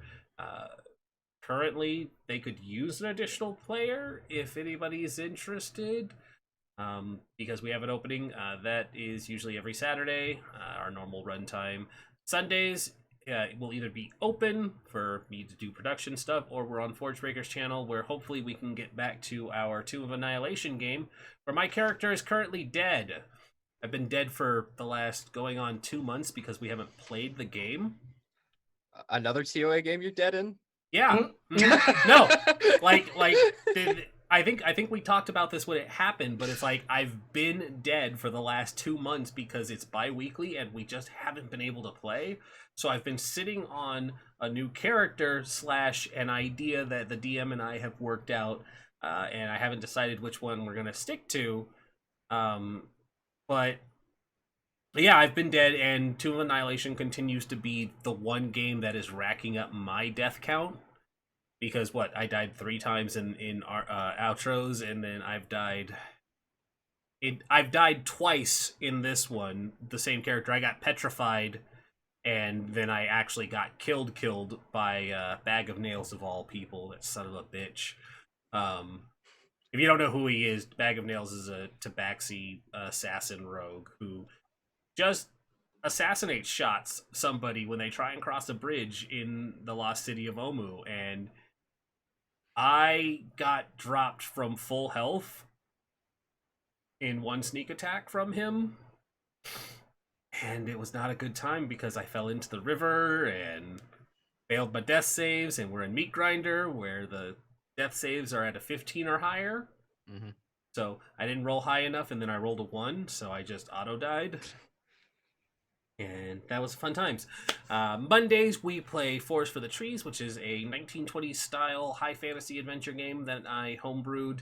Currently, the group has rejoined. They're no longer a split party, but it did cause a brief chase sequence to the music of Benny Hill, where the terrorist side of the groups yelled, "Cheese it, it's the cops," where the cops side of the group saw them and said, "Halt, you're under arrest," when they said, "Cheese it, it's the cops." Neither of them actually ran. They just stood there and proceeded to get beat on by the other group during a chase sequence, and then the neutral party member used illusion magic to cause basically the Scooby-Doo hallway chase scene to Benny Hill music.